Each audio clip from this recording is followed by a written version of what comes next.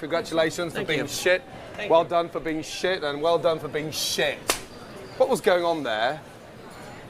Where was the teamwork? Where was the spirit? Where was the communication? And what the fuck was going on?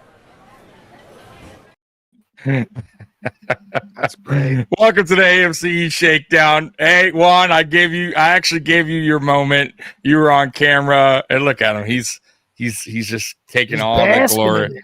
He is, man. Like, he's turning. What are you doing there? The Ultimate Warrior? We got the Ultimate Juan. Woo! Let's go! Welcome. Let's go! Welcome to the AFC East Shakedown. I'm Tommy. Joining me is Mr. Juan, who represents, yes, the New England Patriots. Below me is Curtis, representing the Miami Dolphins from Ace Per Head, and Mr. Anthony, who represents the Jets. Jets. I think this is his show today, not mine. I think he may want the floor a little longer than the rest. Yeah. We are definitely going to talk Jets football today. And that was rough. And obviously, Curtis. But Curtis got me back. Curtis messaged me right after I messaged him saying, "What happened?" He's like, "Yeah, what happened?" So you're pretty slick, Curtis. You're pretty slick. That's what I get. Anyways, let's get right to it. And I guess why not? Let's dive into Anthony's game. Anthony, you guys lost 37-22 to the Jets. I know you had a good feeling going into this game. Me and Juan said the opposite, I'm pretty sure, right? Was it Juan that? Yeah, I just didn't see that happening. But go ahead, Anthony. What's your thoughts, man? I guess my theory of the Jets, trickling down that points per game total by a point or two every week got squashed in this last game. This poor defense. And it's just it's been a problem with this team for a couple of years now, more than that even. Things are going in a good direction. The score is 10-3 going into the half. They're driving down the field. They're inside the red zone. Breece Hall fumbles it at the 6-7 yard line, whatever it was. Dallas goes down, scores a touchdown. Jets get the ball back, 3 and out, give Dallas the ball right back. They have a huge run by Javonte Williams. And by that point, it's over. I mean, this team is not built. They're not equipped to come back from multiple score deficits, let alone even like one score deficits. Justin Fields is the player we all thought he was. He's very limited. Can steal a game or two if the game is in his favor. If things are kept close, he can make a play or two to keep things into it. But in order for that to happen, you got to have a defense that can support that. And this Jets defense week after week is allowing 25, 30 plus, and that's just not a recipe for what the Jets are trying to do. That's not a recipe for any good teams. Doesn't matter who you are. You can't have a defense allowing 30 points a game and expect to come out victorious, especially when you have a guy like Justin Fields. There's a lot of concerns. If you're a Jet fan, there's a lot of concerns. This team looks worse than they did a year ago. The defense is taking a major step back. You look at this roster and you can probably identify a handful, maybe 10 players that you say, okay, these guys are keepers. These guys are worth keeping around for a couple of years and seeing how they develop. And after that, it's really getting to a point where you're looking at a situation where this thing could be cleaned up very, very quickly in a lot of different areas. I don't know that there are many players on this roster that are safe from the trade deadline coming up here in a few weeks. The game itself was just horrible. This offense continues to just not produce until the third, fourth quarter when, let's be real, when this defense gets 30 points a game, it doesn't really matter. Justin Fields' stats look great, but when you look at it on a quarter-by-quarter basis, you see all those yards and all that productivity, except for game one. But all that productivity is coming in an area of the game where it just doesn't matter. And obviously, if you're a Jet fan, you just got to kind of start looking forward at this point. The Jets are 0-5. Anybody who thought this team was a playoff team, not happening. Anyone who thought this team was going to be like I did, somewhere within that 5-7 range, even that looks inevitable. Like that's not going to happen. All you can do is kind of hope that this team loses enough to get the first pick, and for once, hopefully, make the right pick at that quarterback spot, because that's who they'll be picking come April next year. It's start scouting your quarterbacks and start determining who you want, because that's where we're at. In Carson Beck, baby, Miami Hurricanes. Yeah, I don't know if it's back. I don't know if the it's back. Beck man, he'll change things. I don't know if it's back. Oh my God! Come on. Here we go. This is for you. All right. Serenity now! Serenity now! There you go. You need some serenity. It's the best way. Just go in the room and serenity down, man. Everything will be all right. Juan, thoughts on the Jets? What's going on there in New Jersey? It's wow. Yeah, I don't really need to say more than that. Dallas only allowed 20 points. I didn't think I'll see that all season, because it's like the worst defense I've ever seen. They made Caleb Williams look like an NFL quarterback the last time they played. People were about to abandon Caleb Williams, and then Dallas made him look like a superstar in that game. And now Caleb Williams' hype is back on. That's how bad that Dallas defense is, and they allowed 20. It's getting pass worse. rushers were coming in so easy, and that's another concern I have too. Is this Jets offensive line, which has 3 guys on there that are first, second round picks. Josh Myers, who he's actually playing above what I thought he was going to play when they signed him. He's actually playing better than I expected. But you paid him some money. John Simpson, another free agent signing, who I think is playing above his salary from that aspect. As a group, you look one by one. They, no reason why this offensive line should be allowing as much pressure, and a lot of that does come down to Justin Fields as well, not getting the ball out quick enough, not making enough decisions there. But they're just struggling with holding up their blocks, holding up their protections against the blitz. They're just not holding enough up. There's free runners, I feel, on a number of different occasions. This offensive line that you invested a lot of capital, both salary and draft capital in, it's okay in the run, but in the past it's just been abysmal. And I don't think that's them. That's either coaching and or quarterback issue. Those players are good. You just said that. Like, the players are good. That's a scheme and quarterback issue. Yeah, they're not playing as well. It's not them. They're good. 100%. Could be offensive line coach too as well. Like, could be a mixture of everything. Yeah, yeah. Which is not improving their game, which will set them back, which will cause what you're seeing. Because those you know are what I good mean? profile players. 100% good profile players. Yeah, maybe they're just not getting coached up right, and maybe it's the scheme as well. It's just not doing it. I mean, I don't watch you guys enough, but I know if you have the talent and you're not living up to the talent, there's a problem usually with the coaching or scheme. Something's going on there where, I mean, now could it be just the players, they aren't good? I mean, that's a possibility, but if you invested heavily and you paid and you drafted these guys that are supposed to be, better than what they're showing, then yeah, there's probably a problem within. So, and that could be fixed, by the way. I want to say, Anthony, it just, you got to figure out where the source of the problem is, where it all kind of lays. And if it's your offensive line coach, then get rid of him. I mean, it's simple as that. If he's not doing his job, if he's not helping your young guys out to get better, then you got to move on. It's as simple as that. It's not a big deal. It's a position coach, and go out and get a guy that knows what the fuck he's doing. If that's the problem, if you like your offensive line coach and you feel like he's the guy, it's definitely a field issue too, though. Like, there's no it's coach. It's 3 of your games. That dude don't know. He's illiterate, dude. He don't know what the fuck he's doing on field. If he's also right, you can't hold the ball too long. Like, you gotta, like, to throw or nothing. There's probably it's a combination of everything more than likely. It's just not, But I will say this though too, Anthony. That's kind of what you get year one in a rebuild. I mean, this is not like a big surprise to me what I'm seeing with you guys. Maybe to you, you're a Jets fan, you expect a little better. I get it, but in a total rebuild, which is what you guys are doing, new GM, new head coach, new coaching staff, brand new quarterback to the system, you're going to have a lot of things go wrong the first year. So I wouldn't totally freak out, but by year 2, if these things aren't corrected, you got a problem. That's how I see it.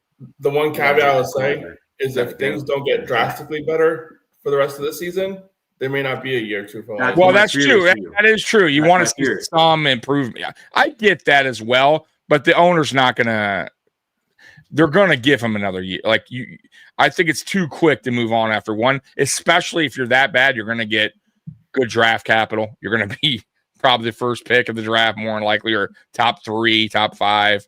Depending on how your season plays out. It is rare for the coach to go one and done like that. It is rare, but you have to be like. Yeah, I honestly don't think I lean more that it's not going to happen, but you got to ask yourself. I mean, these guys have to show you something that makes you feel confident that these are the people that you want picking the first overall pick. That's true. That's true. That's very true. I mean, that's a major concern too. If you can't go into that draft with questions as to whether or not these are the right guys, because if they're not the right guys, they should not be picking out of, let's be real, a wide open quarterback class. I mean, there's probably 3 or 4 guys you can make an argument for in this April's draft of who could be that number 1 guy. There's no clear cut. There's no. Well, I want to say this too about your. Sorry to cut you off. I want to say this too. Speaking of the draft. Right now, they're saying like if we're to start today, it would be Bain from Miami, Hurricane. Ruben Bain, Hurricane Bain, the edge, who is a freak. If you're smart, I mean, he's there, and you need defensive help. I would go him, and I'd trade up for a quarterback. I mean, fuck it. Like you're gonna have to eventually do some change, and you're gonna have really good draft picks to be able to probably maneuver. And go up. That's what we did. We drafted Josh and we went right back up in the first and grabbed a linebacker. So I'm just saying, if you had the first overall pick, I wouldn't just if he's the best talent and a guy that's just a freak athlete and you need help on that side, unless there's a quarterback that's just unbelievable. I don't see that. There's some good quarterbacks, but not to that level. I would go with get your best player available, first pick. And then get a quarter, maybe go back up and get get a quarterback. But that's me. But go ahead. Sorry. And the Giants did that. And they did that. Obviously, it's looking pretty good so far. They drafted Abdul Carter, 3rd overall. Didn't even think about that. 2nd or 3rd overall, whatever pick they had, and then trade up for Jackson Dart, and it worked out. You see how that's going? All right, it's a smart shit out of Philly, dude. Oh my god, I didn't see that happening either. Juan, anything else before I go to Curtis? Curtis has been quiet. Yeah, who's listening? Just listening, soaking it all in. He's liking the misery. Right. He's not misery. Yeah, well, he has misery himself, but we'll get to that in a minute. I'm going to wear a spot to you, Anthony. So, Curtis, at least he's got a win on the left column. But that's true. That's the one good thing. Woo!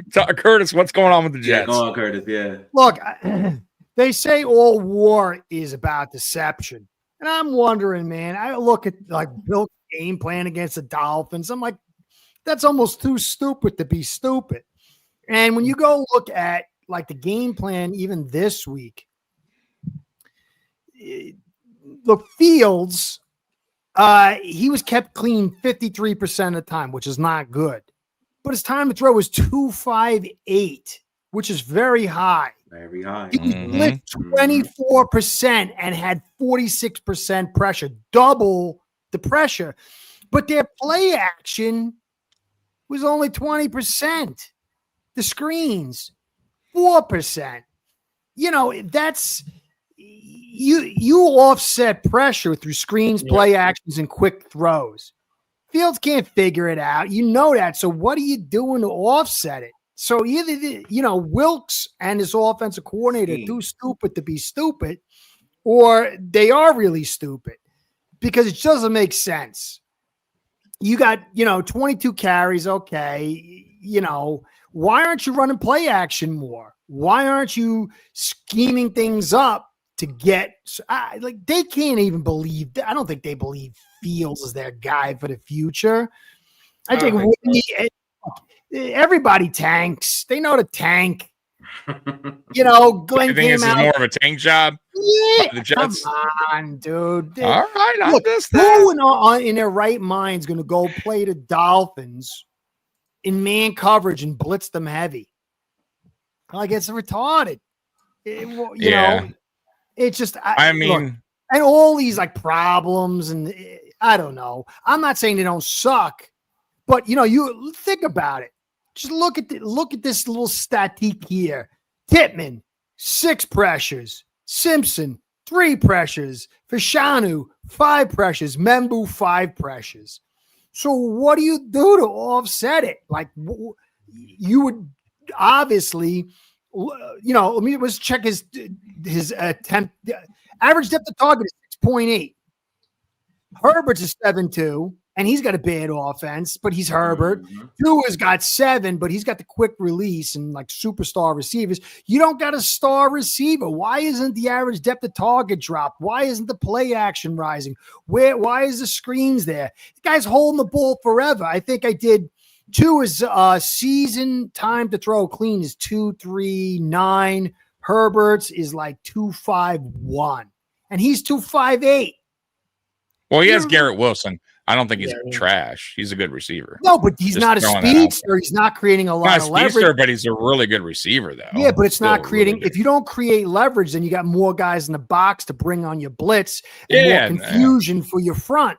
And you're not like, you know, so if you have a possession receiver, a little bit of stuff though, but most of possession, know all the receivers, and your offensive line struggling, your quarterback can't read. Is that what you do? I mean, that's like not like that's not 101. You know, it's like, you know, I took too much crack this week, and then I'm betting it all on freaking Baby Blue over there and see how it rolls. It's just stupid. Right.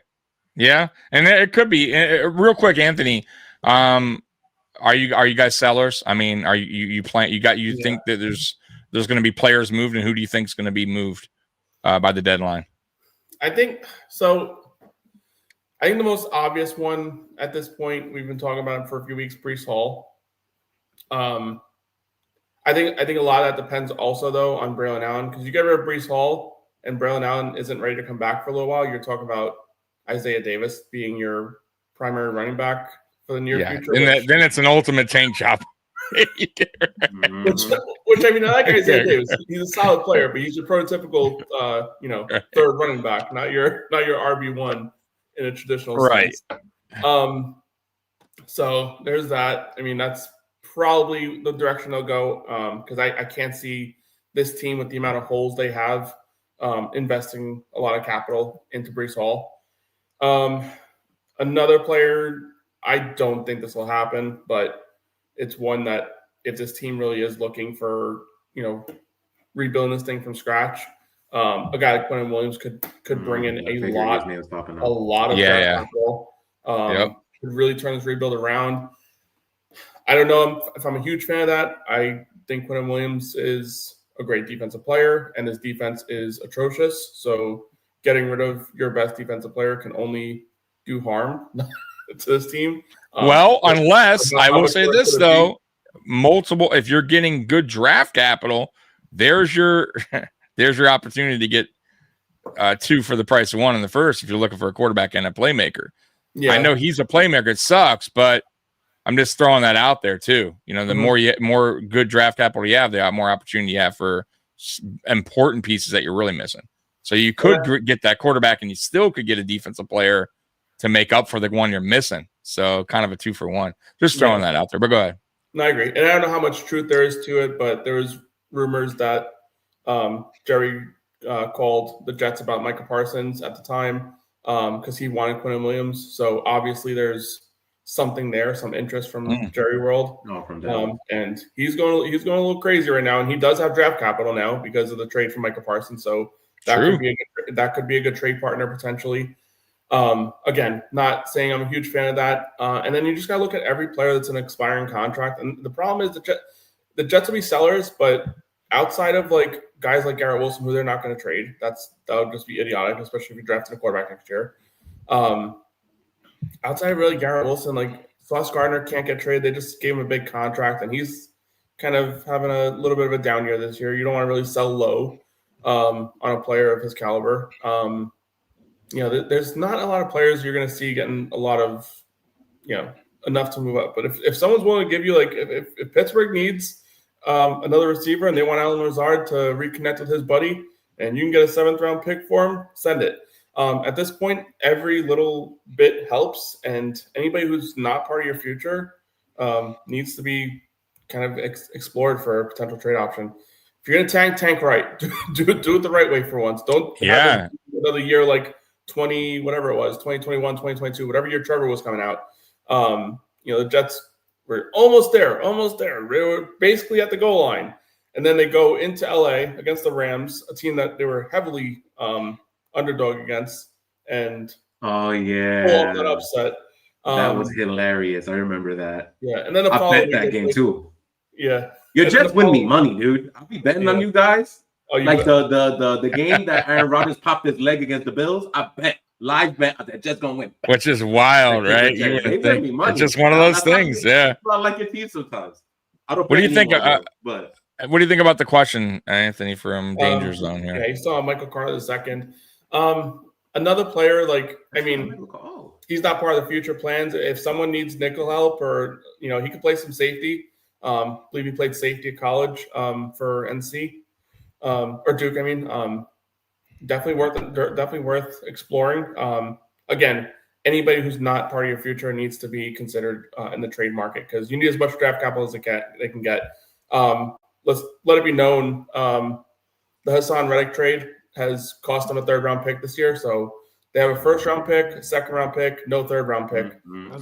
So you need that. You need every little bit of draft capital you can get to turn this thing around. Especially with a rookie quarterback coming in. I know we're talking about Bain being the 1st pick, whatever, but unless the Jets could figure out a way to weasel in, like you're saying, additional draft capital in the middle round, I still find it very difficult for the Jets to who desperately need a quarterback, to just ignore it. I know it worked with the Giants and they're looking good for it. This team has struggled so much with the quarterback position that I don't know if they have the luxury of being cute with the position. They're saying pick one. Anyway. Yeah. They're saying pick 1 for Bain if it started today. Like, that's how. But if you guys happen to be pick 1, God, you pass up on a guy like that, but to my point, if you guys are sellers and you get enough draft capital, you could potentially go back into the draft into round 1 and still get a quarterback. And I'll be honest with you, even if you get one and he's still not the guy, do it again.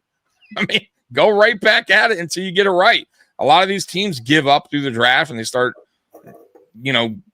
signing these older quarterbacks or the Justin Fields of the world, and you're just right in the same boat. Like, you got to keep going through the draft, bro. And that's one thing teams don't understand. The Patriots finally got it right. You know what I mean? So you can get it right. It's just you have to keep trying. You have to keep going. You have to, you're going to have seasons where it sucks. You have this bullshit quarterback that you drafted, but move on, get another one, and keep doing it until you get it right. You're going to get it right at some point, unless you're just the worst. Unless you're Cleveland. Unless you're Cleveland and you just keep cycling it through, then you're eventually going to 40. And really, I think what's funny though? They actually did get it right. They got Baker Mayfield right. Baker Mayfield's a good quarterback, but they so technically, they fucked him. Yeah. So you go there to right. You go there to get your career ruined, right? Like, as a quarterback, that's a quarterback. Right. But they got it right. Like, technically, he's a good quarterback, right? But they just don't. They're a hot mess. That's a totally different subject. We'll see what happens with them, but man, they're always a mess when it comes to that. And look, they got a $250 million quarterback, just shit riding the bench, riding the bench, maybe not even in talks about getting a start. Right? That's wild. This time around, and I don't know if this is just the optimist in me or what it might be. I think in the past, when you look at the Darnold year, they had a terrible offensive line that never really kind of could even Darnold. I didn't even think about him. Yeah. He's not even that bad. When you look at the Zach Wilson, obviously Zach Wilson was terrible. Now he's bad. But still, even if he was a good quarterback, They still had issues with the offensive line at the time. They didn't have any skill player wide receivers that struck fear in your eyes. You did get Garrett Wilson the following year in the draft, it was the following year in the draft. The following year, 22. So you helped them in that aspect, whatever, to build around them. Whoever they do draft in this coming draft to play quarterback is going to have an offensive line that has Tittman, Membu, and Fashanu for sure. They need to fill in those 2 guard spots. You still have Garrett Wilson under contract. Obviously, he'll be here next year. Mason Taylor looks like a pretty productive tight end.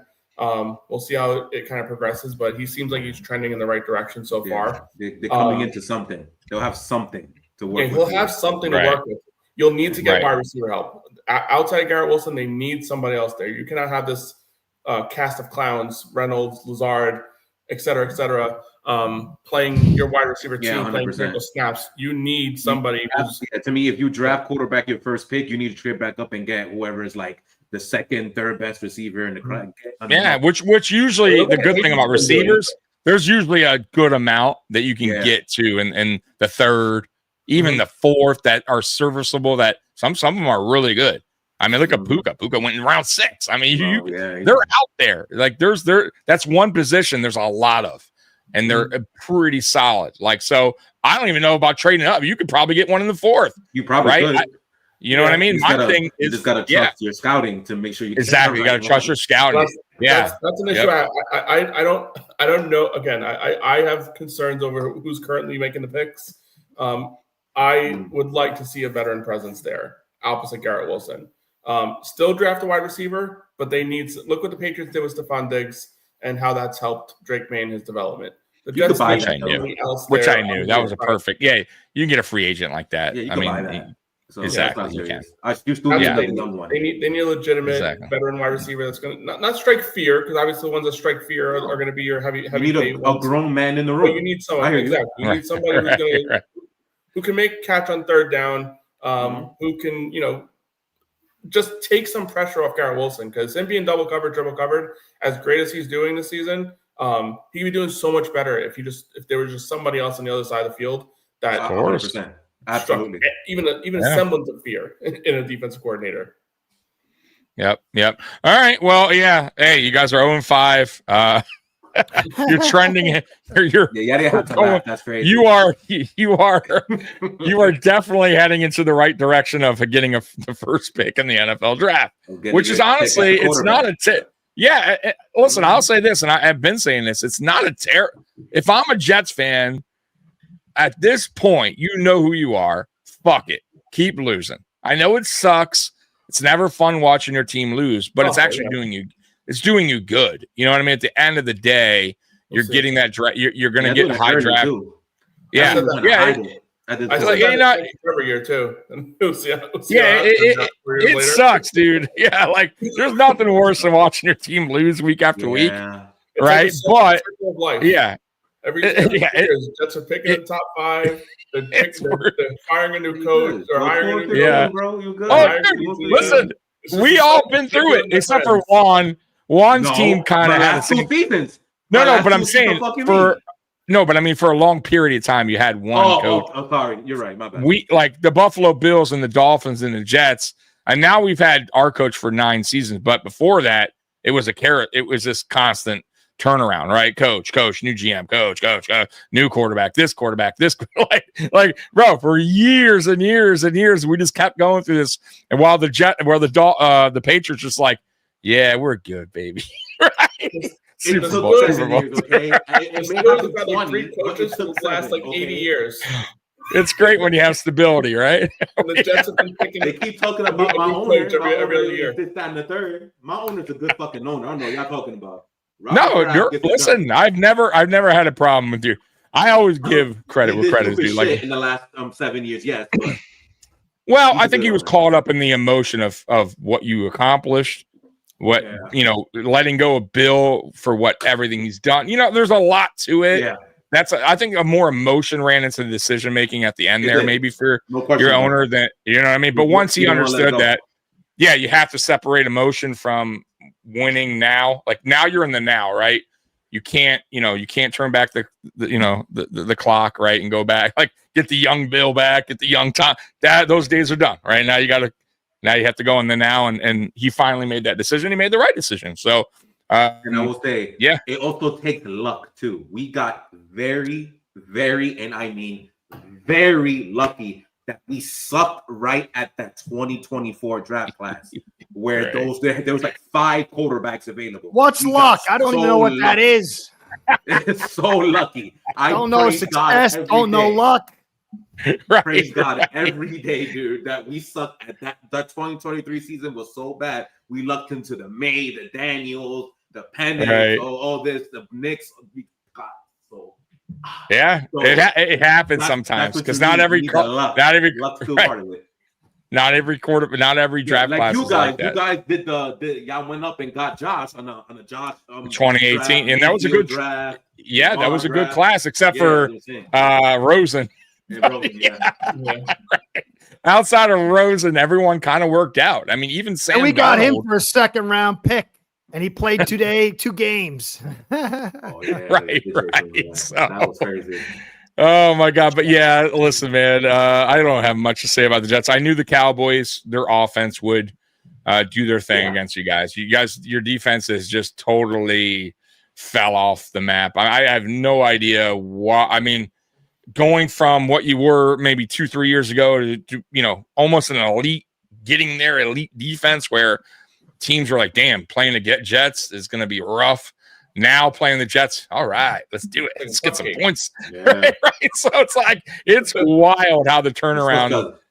That playing pretty good too. So it was like inevitable. We knew like, they're going to put up 30. Yeah, they're going to put up points. And I knew you weren't going to match. He's looking pretty good. So. And there was no way you would match. That was why that was my thinking in that game where the Cowboys would get on you and then they would force you to have to go away from your running game and beat you through the air because you need points, and it just it wasn't going to happen. So yeah, that's a whooping, and you're going to have more of those.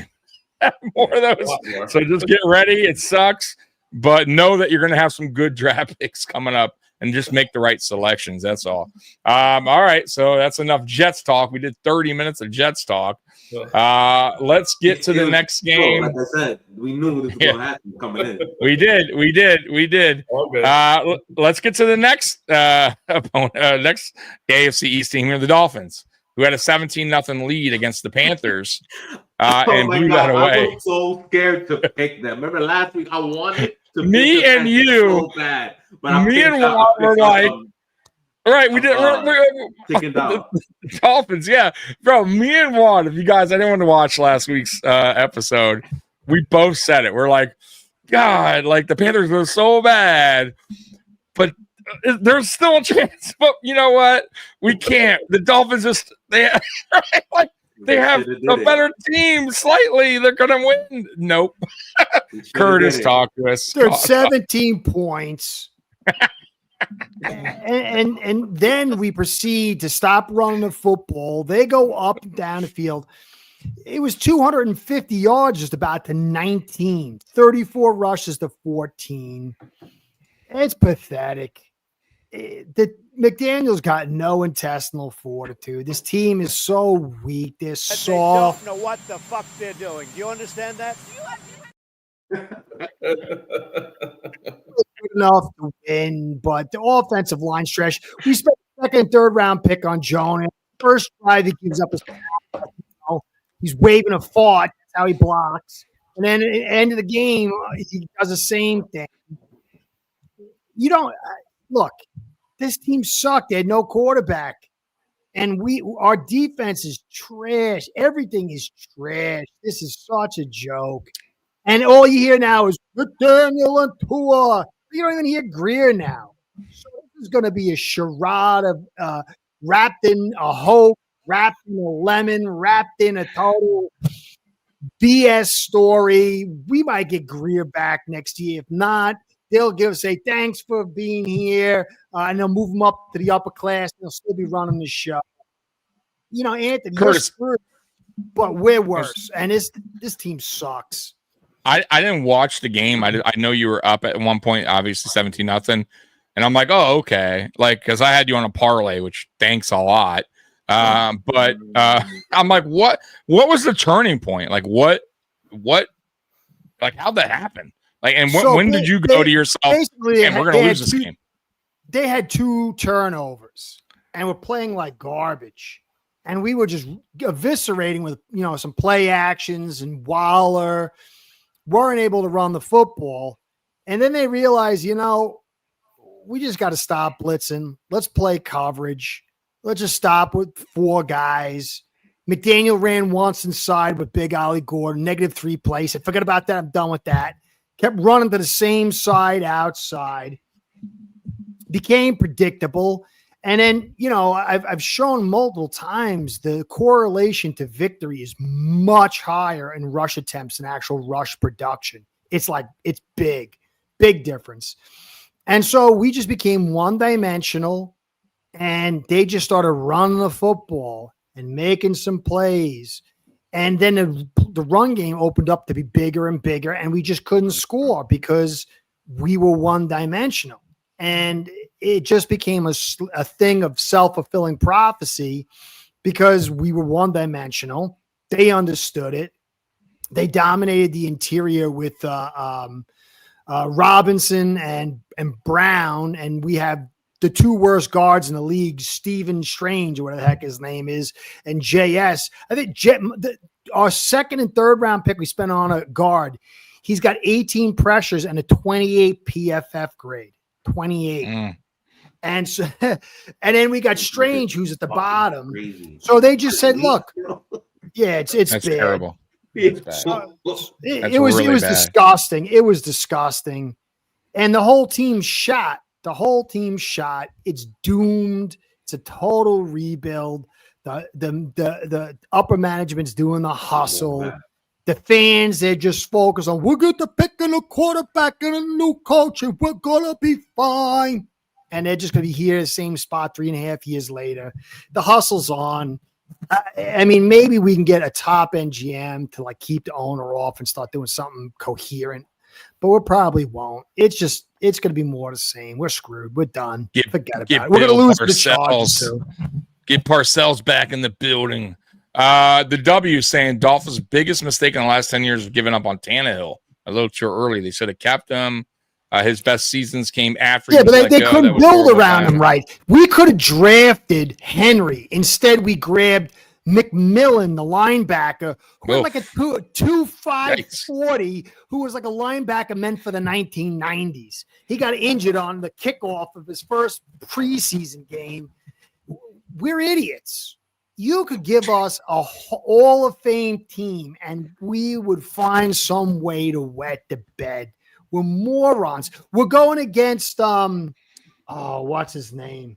The D tackle that was on the Titans, and now he's with the Chargers. And we cut him because he was no good, and he's like one of the best tackles. I can't remember his name right now. And we're going against him this week, and he's been going against JS, Safayanaya, and Strange, and he's going to liquefy them. It's going to be poop through a goose. We suck. We can't do anything right. We're idiots. But it's the quarterback. If we get the big pick and we get the quarterback and a new coach, we're going all the way, baby. Next year's our year. Juan, talk to us. What am I going to say? Honestly, I'm almost done covering the Dolphins perpetually. Yeah, I'm thinking about this team's making Curtis tap out. If I even do this full time, after the season, if I even do it full time, I can only do 3 or 4 podcasts a week because it's just insanity. It's just such insanity, and the fan base I feel so bad for them. They're so down, and they believe all the BS they're given. It just makes it impossible to have sanity and joy. So I'm going to start covering all the teams. I always will come my Dolphins, but I can't take too much. It's just said you're welcome, man. Come on over. I just can't. I can't do it 24/7. Like you dig all week long, dude. I dig all week long. I'm presenting all kinds of information, and all I want to hear is Tua is the worst. Tua is being screwed.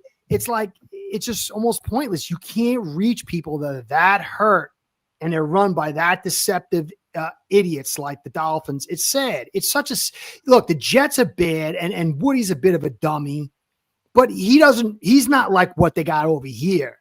The hustle, the incompetence is beyond imagination. It's staggering. It's disgusting. It's such a terrible position. Once storied franchise is now grounded in hell, and the owner is making millions of dollars on F1, so he's never getting rid of the team. He's going to pass it off to his daughter, and the hustle will keep going. If I did this 10 years from now, I would say there's a very high probability the same thing I've said the last 3 or 4 years will be said through 2 more regimes. Yeah, dangerous. You ain't lying. I'll get to that in a second. Juan, talk to us about this Dolphins team here. Other than that, it's great. It's great. Curtis is happy, team. Been a smooth sailing time. It's palm trees and sunshine. That broke on my mood a little bit. Damn, it hurts. Nothing worse than that ownership, bro. Nothing worse than that. Nothing worse. You're doomed. It's all about that. It's really bad. So what are you seeing from this Dolphins, Juan? They allowed a 200-yard rusher who was like a bench warmer. That's pretty much all there is. That they really need to talk about. We made fun of him, if I'm not mistaken, last week. And then the homie went next day and bombed 200 yards on them and beat him. That dude's slow, too. He got called a few times on breakout runs. But they let that happen. But seriously, teams who get fucked up 1 week will not play the same the week after. So that's what you saw. They tried in the first half because they were really bad in the first half. Like, I think I turned off the game for a little while. But once I saw that they scored, I'm like, wait, it might be happening. Let me put it back on the TV. And I saw the entire comeback. I mean, something told me, wait, come back. Our division sucks. It's rough. It's been rough. Let's be real. It's been rough for a while, man. But like I said, man, we'll get to your Patriots in a minute. But at least there's one team outside of Buffalo that's actually doing the right thing. They're doing things the right way, and it's showing. Next. Yeah, we'll get to that. Anthony, talk to us about the Dolphins. You're not alone. There's another. You're in actually a better spot. You're in a better spot. Wow, look at how nice Curtis is being today. We love having you guys. I've never lied. Yeah, you guys are best friends right now. Yeah, we're the idiots in the back of the room, like. the fucking 2 idiots. The smart kids are in the front, like the short bus is picking you guys up every morning. Oh my god, it's ridiculous. Yeah, we're definitely the morons. Terrible. But I mean, this one's a shocker. I mean, I really thought you guys could pull this off. I thought you guys would beat like the bad teams, like you did against us. Anthony's laughing at you, Curtis. Sorry, go ahead. I've been saying. It's not like it's a shock. I've been saying it for 4 years. I've been saying it for 4 years. I know the deal. Yeah, I just thought you guys. I thought you guys would be bad this year, but I thought you guys would beat like the bad teams like us and stuff, in Carolina. But this one was a shocker to me. I just don't know how like. It just doesn't make sense to me. When I saw you guys were up 17-0. I kind of tuned out until like later on in the afternoon. I saw, oh shit, this game. Now you know what it means to be a Dolphins fan. You know what it means to be me since 2021. Being a Dolphins fan would be a luxury when you've been growing up a Jet fan. So I wouldn't worry too much about it. But yeah, I mean, when is it going to happen at this point? I mean, this team. I know I've said it by Halloween that they'll make the shift. It's got to happen at some point. That they just need to turn this whole thing around and start gearing towards next year. Kind of like my team. Just don't tank too much. We want to make sure we're the ones. You got the edge, man. You beat us. You do. Yeah. Y'all play again though. You guys can have the second pick. We'll take the first, and that'll be the cute little meeting of the minds come the draft. And whoever's picking third is living luxury life. Because they have 2 idiots picking ahead of them. But yeah, I mean, it's just kind of shocking. A lot of 400 yards to Carolina offense. I gotta tell you, as bad as Dolphins defense has been this year, I thought you guys would kind of contain Carolina, similar to what the Patriots did a few weeks ago. I kind of thought they did for a half. Yeah, I mean, a little bit. Yeah, not even a half. They weren't. They turned it on late in the second half. You're right. That's true. You're right. My bad. You're right. I don't know. Like I say, Curtis, it'll be fun this season talking with you in the bottom while these two are Oh yeah. chit-chatting at the top. But The only hope I got is at least We- to see Greer fired. That's the only, and that's the only thing I'm holding on to is some possibility for a smile. So I hope we do. We won one game or something. See this guy canned. It'll happen. They're definitely a transition this year. I just think from like a looking forward standpoint, it'd be better for you guys to do it earlier, so you guys can at least start your interview process. Start identifying. Even interviewing guys in college, it helps to be able to get as many heads in the names in the hat as possible. Do something like what was it? The Commanders a few years back hired Ron Rivera while he was like taking the year off, whatever, and it helped him. I mean, he came in there for a few years, looked solid, whatever, and he literally came in like in November, December, started to get to know the staff, start to get to know the team, start doing his internal scouting, like months ahead of time, what you normally see out of like hires.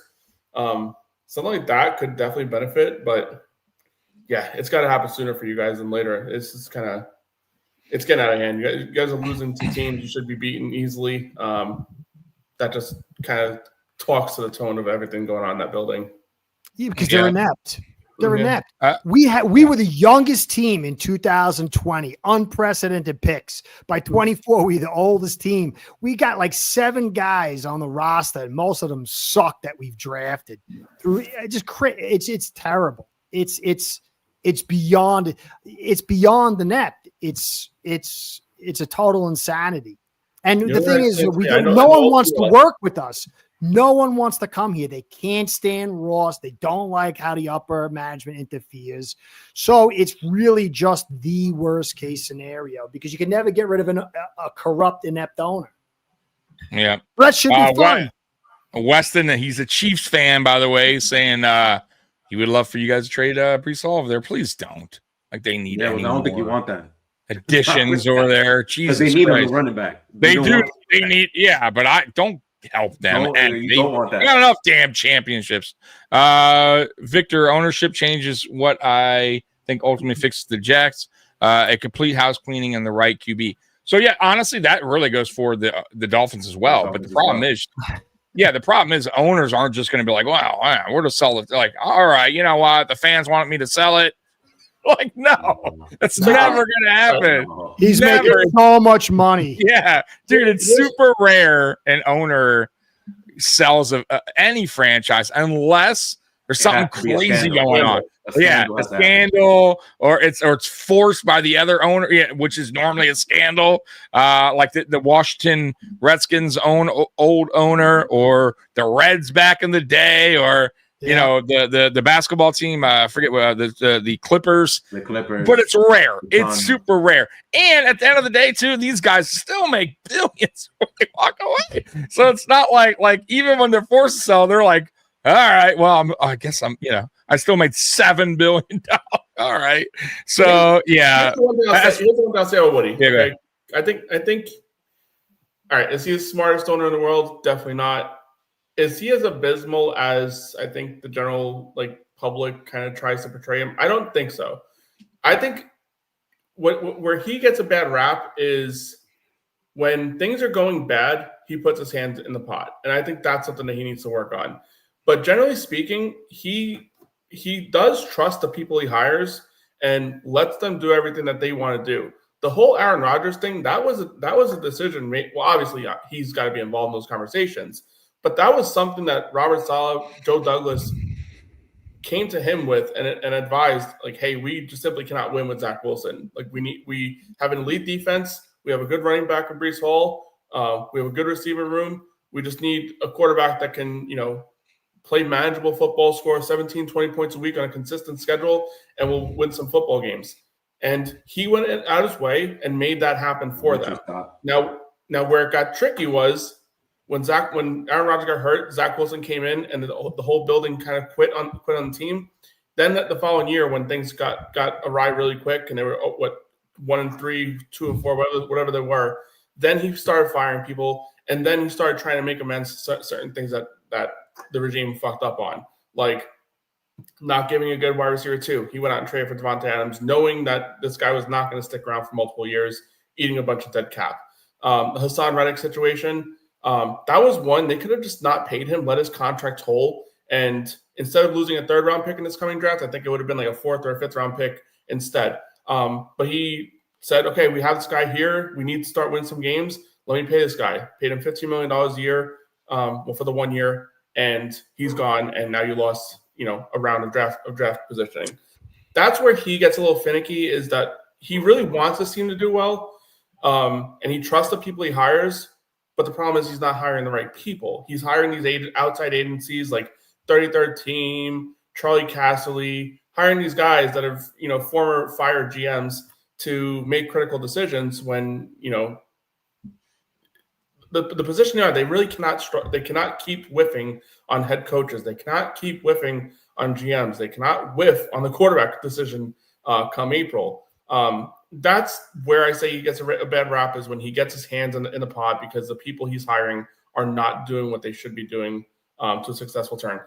When they had Herm Edwards there, when they had Eric Mangini, Rex Ryan, there was no everyone bitching and moaning about Woody Johnson being a bad owner, because the team was moderately successful. They were making the playoffs every couple years, made it to the AFC Championship. There was nobody saying that he's a terrible owner at that time, because they were doing good things. But then when that whole thing kind of turned out, Rex Ryan got fired. What's his face? Tannenbaum got fired. Then that next wave of hiring, Todd Bowles and McCagnon. That's where it all started. And then he just, one thing after another. This team isn't doing what he came accustomed to when he first came here. They were a winning organization to some degree, and then they just keep losing. And he just wants to get that team back to where it was when he first came along. Counter argument. Yep. So if everybody he's hiring in the last 10 years sucks, doesn't that mean he's a bad owner since he can't hire right? Well, that's the issue is that, but him being this terrible owner that is making he's not it's not like he's not investing in the team. He's trying. He's just an idiot from a hiring perspective. He's making poor decisions at the end of the day. Well, yeah, he wants. So you're going. If I, correct me if I'm wrong. He's a caring owner. He wants his team to win badly. He's trying all his best things to do, but he's not making the right decisions at the end of the day with the people he's hiring. Yeah, which obviously, but I will say this though, to speak on and Curtis knows too, it is very tough to find that combination of ownership to GM to coaching. It's like a chain, right? It's like a link, and if one link is fucked up, it's just the wheel's not gonna spin right properly, and that's when things start to you start to see the chaos and that's really what happened for my team for years. It just was a disconnect from ownership to GM, the coach, and then they finally got it right, and you see the success. But said on the comment yeah. So that's one thing the Dolphins haven't had in a long time. That's one thing the Patriots were missing for a little bit. Say it again. And they got it. Yeah. Well, it's a reality. So the reality with going back to the Dolphins is, by the way, and I'm hearing the name Rex Ryan floating around. Hear me out before y'all get on me. I don't think he's a terrible coach. I personally, I'll be honest with you. If I'm a Dolphin fan, I wouldn't hate the hire. Now, of course, a lot of people are like, "Oh, Rex Ryan." Rex Ryan, say what you want, but the dude got to 2 AFC championships with a guy in Mark Sanchez. By the way, Mark Sanchez, Jesus Christ. Got to One 2 way to AFC screw your championships. life up. Yeah, right. Got to 2 with Mr. Butt Fumble guy. And like I said, say what you want, but he's gotten to 2, and we've gotten to 2 with arguably the best quarterback in the NFL. Yeah, but the thing is, though, Tom, the only difference is they had amazing drafts. They did, but my point is you still have to coach. So we talked about this earlier, 20 minutes ago. You still got to have the coaching staff to get these guys right, to put them in the right positions. You still got to have the leader to go out there and lead your team. Rex Ryan did a really good job with what he had, with the young talent he had on defense. Yes, that defense was good. That's what led them to that point, but he still got there. We can't take away what he did with the Jets. Yeah. Even that one year when they were bad, like everyone was like, oh, they're just going to be bad. He did a really good job with a poor team. So Rex Ryan, I think he gets a lot of heat, and he's not bad. He's not bad. No, I think no, he needs. no. He gets the I heat think he in his needs a mouth. good. I think he needs a good. Mouth. But Yeah, but I like honestly, I don't even hate that. I love I love that, but he needs a good GM. He needs a good GM though. Go ahead. Also, this is a different age now. So would his style fit today's NFL? It depends. Maybe it depends because John Gruden, I think is an excellent coach, and he has a different style. And I would hire him in a fucking heartbeat. But like for instance, if if the Bills hired Rex Ryan today, let's say somehow we fired our coach, which is not going to happen, Rex Ryan would still lead this team to the playoffs. Like let's not be like unrealistic here. Like he got a Jets team to the playoffs with Mark Sanchez. I'm sure he can get to a Josh Allen team. So my point is with the Dolphins, if the Dolphins were to move on from McDaniel, I think they also need to move on from Greer. But if Greer's still the GM and you're out there surfing for a coach or searching for a coach, it's not going to make a difference. There's going to be there's always going to be a disconnect. Greer's not a good GM. And clearly there's something going on with the owner and the GM at that point if he's not letting him go. So the only way the Dolphins have a chance for the future to be successful again is to blow everything up. Blow it up now. The earlier the better, like Anthony was saying. Get started early in your search. Use an interim head coach for the rest of the season. Who gives a fuck, right? Use one of your assistant GMs or whatever to take over in the meantime. It's not a big deal. And then you hire. Then you find. You have all that time. And if you get it wrong again, then I don't know what to tell you. Then your owner just doesn't know what you're fucking doing. You're right. I mean, that's where I'm going with it. I don't want Spin. That's not true. So I'll get on that in a minute. But we're gonna skip the Bills. We're gonna skip the Bills Patriots game. We're gonna move on to Week 6 now. There's no reason to talk about that game, right, Juan? No, you want to duck it. All right, so let's get to the styling and profiling. Let's get to that game, Juan. I'll let you start off first. You're the winner. No, losers first. Oh, you're a swell guy. You're a nice guy. So you're just a sweetheart of a man. I knew getting you back this season was a great thing, man. So let's get talking about this game. 23-20. Bills lose. And a game that was, I'm not going to have excuses, but we played sloppy football, uncharacteristic of what we do. We often don't turn the ball over. There was a stat, I think, during the game where, we led the league last year. I think we tied a record for the least amount of sacks in the season, least amount of turnovers in the season. We just don't do it often. And that game we were doing, like I said, uncharacteristic things. A motion to Knox, which didn't even make sense, was a fumble. Just basically handing the ball. It was just really clunky. I don't even get the play call to begin with. Why they would even do that? Clearly, Allen and Knox weren't even on the same page. It was just a weird thing. The fumble by Coleman in our own side of the field, which was bad. And we created turnovers too. We didn't capitalize. So it was a sloppy play, but you got to credit the Patriots as well. I felt like the Patriots exposed a lot of our flaws. And I said this, and I've been saying this all season. The Bills have a lot of flaws on this team. And Josh Allen makes up for a lot of it. And he's really been making up for a lot of it. Like if you go back year after year, we're a good regular season team, but the flaws show up in the playoffs. Flaws show up against the best of the best who know how to capitalize on your flaws. We don't have enough talent in other areas of this team to make up for the flaws. And they're out there. We don't have a good CB2. We got Trey White out there who's not Trey White of the old. And Bills fans, whoever thought that he was going to be the Trey White of old, were sadly mistaken. I told you guys this from the jump. He's a good guy, love the dude. He's good to have in a locker room, but he's just lost more than a step. He can't keep up. And and having him cover Diggs was a big mistake. And by the way, Diggs was kind of doing it to everybody in that game. He had something to prove in that game, which is great. Listen, there's no knock on Diggs. Diggs is a hell of a player, good route runner, good hands, just an overall really good receiver. And he showcased it against us, right? He was the guy.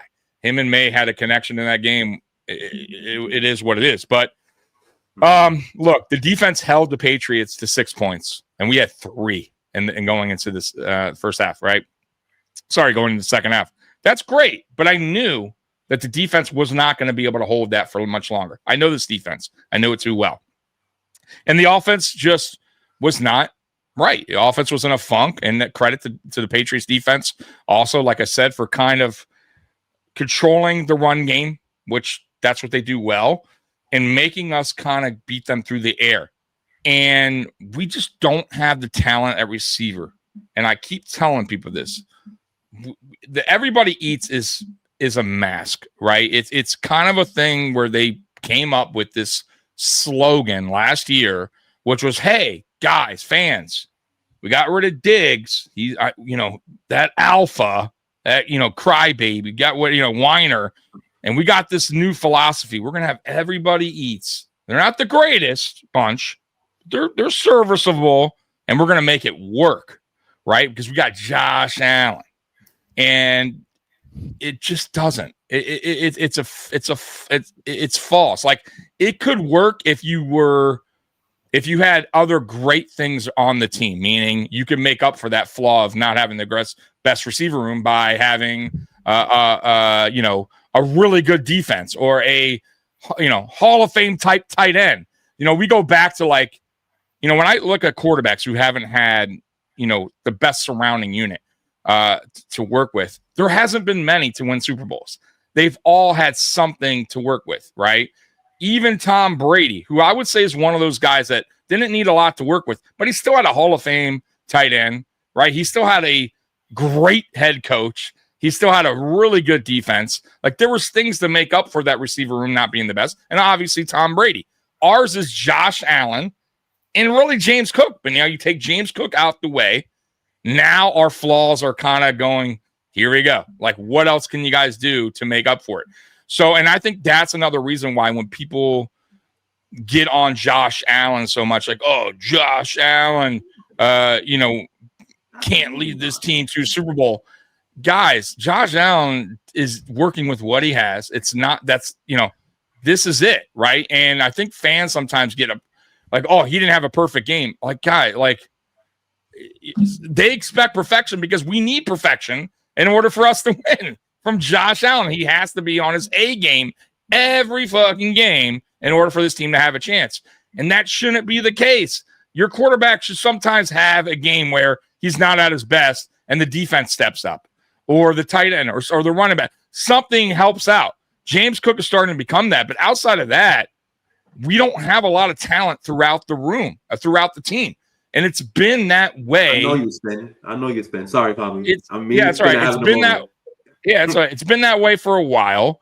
Fans don't want to see it. Like, Spin, I haven't read the comments yet, but he's a bit of a homer kind of fan. He feels everything's fine and dandy, but it's not fine and dandy. We're year 9. We haven't been to a Super Bowl. Say what you want, but we haven't been there yet. The ultimate goal is Super Bowl. And we keep getting into this part of the playoffs where we fail. And why do we fail? Because we don't have enough talent to overcome the flaws of this team, right? We just don't. And I feel like our GM, who I like, sits on his hands too much, meaning there's going to come an opportunity where you need to pull the trigger on a trade or, do something outside your comfort zone to go, okay, if I bring this guy in, does he help us get to a level where this team now, I feel, can get to the Super Bowl or have a better chance of getting to the Super Bowl? You go back to the LA Rams, who, a few years back when they won the Super Bowl. Their GM did the same thing. Their GM said, okay, if I bring OBJ in and Von Miller, does that give me a greater chance of what we want to do here, right? And yes, the answer is yes. And what was the result? A Super Bowl. they were willing to take that opportunity, that risk, step out their comfort zone. And they knew by doing that, it would probably set them back a couple years. Okay, but who cares? You got the ultimate goal, which was a Super Bowl. And if you have a good GM, and Ramsey, if I'm not mistaken, did they have Ramsey? Ramsey, that's right. I forgot about him. Yeah. So like you have to do these things at times that make you a little bit, uncomfortable as a GM, where you're going, okay, do we need to go all in here? Is this team good enough with these additions? Because if you don't feel that way, then I feel like that your team's not a Super Bowl caliber team. You just know you're a good team, but these guys won't make the difference anyways, so why would I make that move?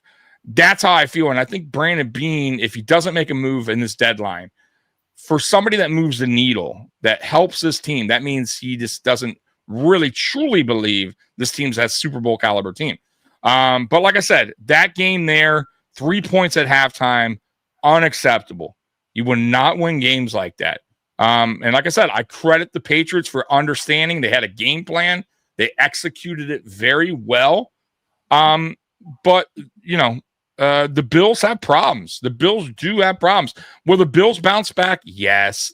If you go back, history usually repeats itself with this team. We'll lose a game or two, then we'll go on a 7-game win streak. I mean, that's just what we do.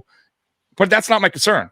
And I think that's where everybody kind of, is like not understanding what I'm talking about with this team. My concern is the playoffs and getting this to a Super Bowl. Are we a Super Bowl caliber team right now? Super Bowl caliber team? The answer is no. And I know people hate to hear that, but that's the reality of it. You need weapons. You need playmakers. You need responsible coaches. Go back and look at all the Super Bowl winners recently. Philadelphia. Jalen Hurts had Barkley, A.J. Brown. He had one of the best, if not the best, offensive line in the NFL. A great defense. Good coaching. That's a recipe for success in a Super Bowl, right? The Chiefs. That team, but it doesn't matter. But my point is, go back.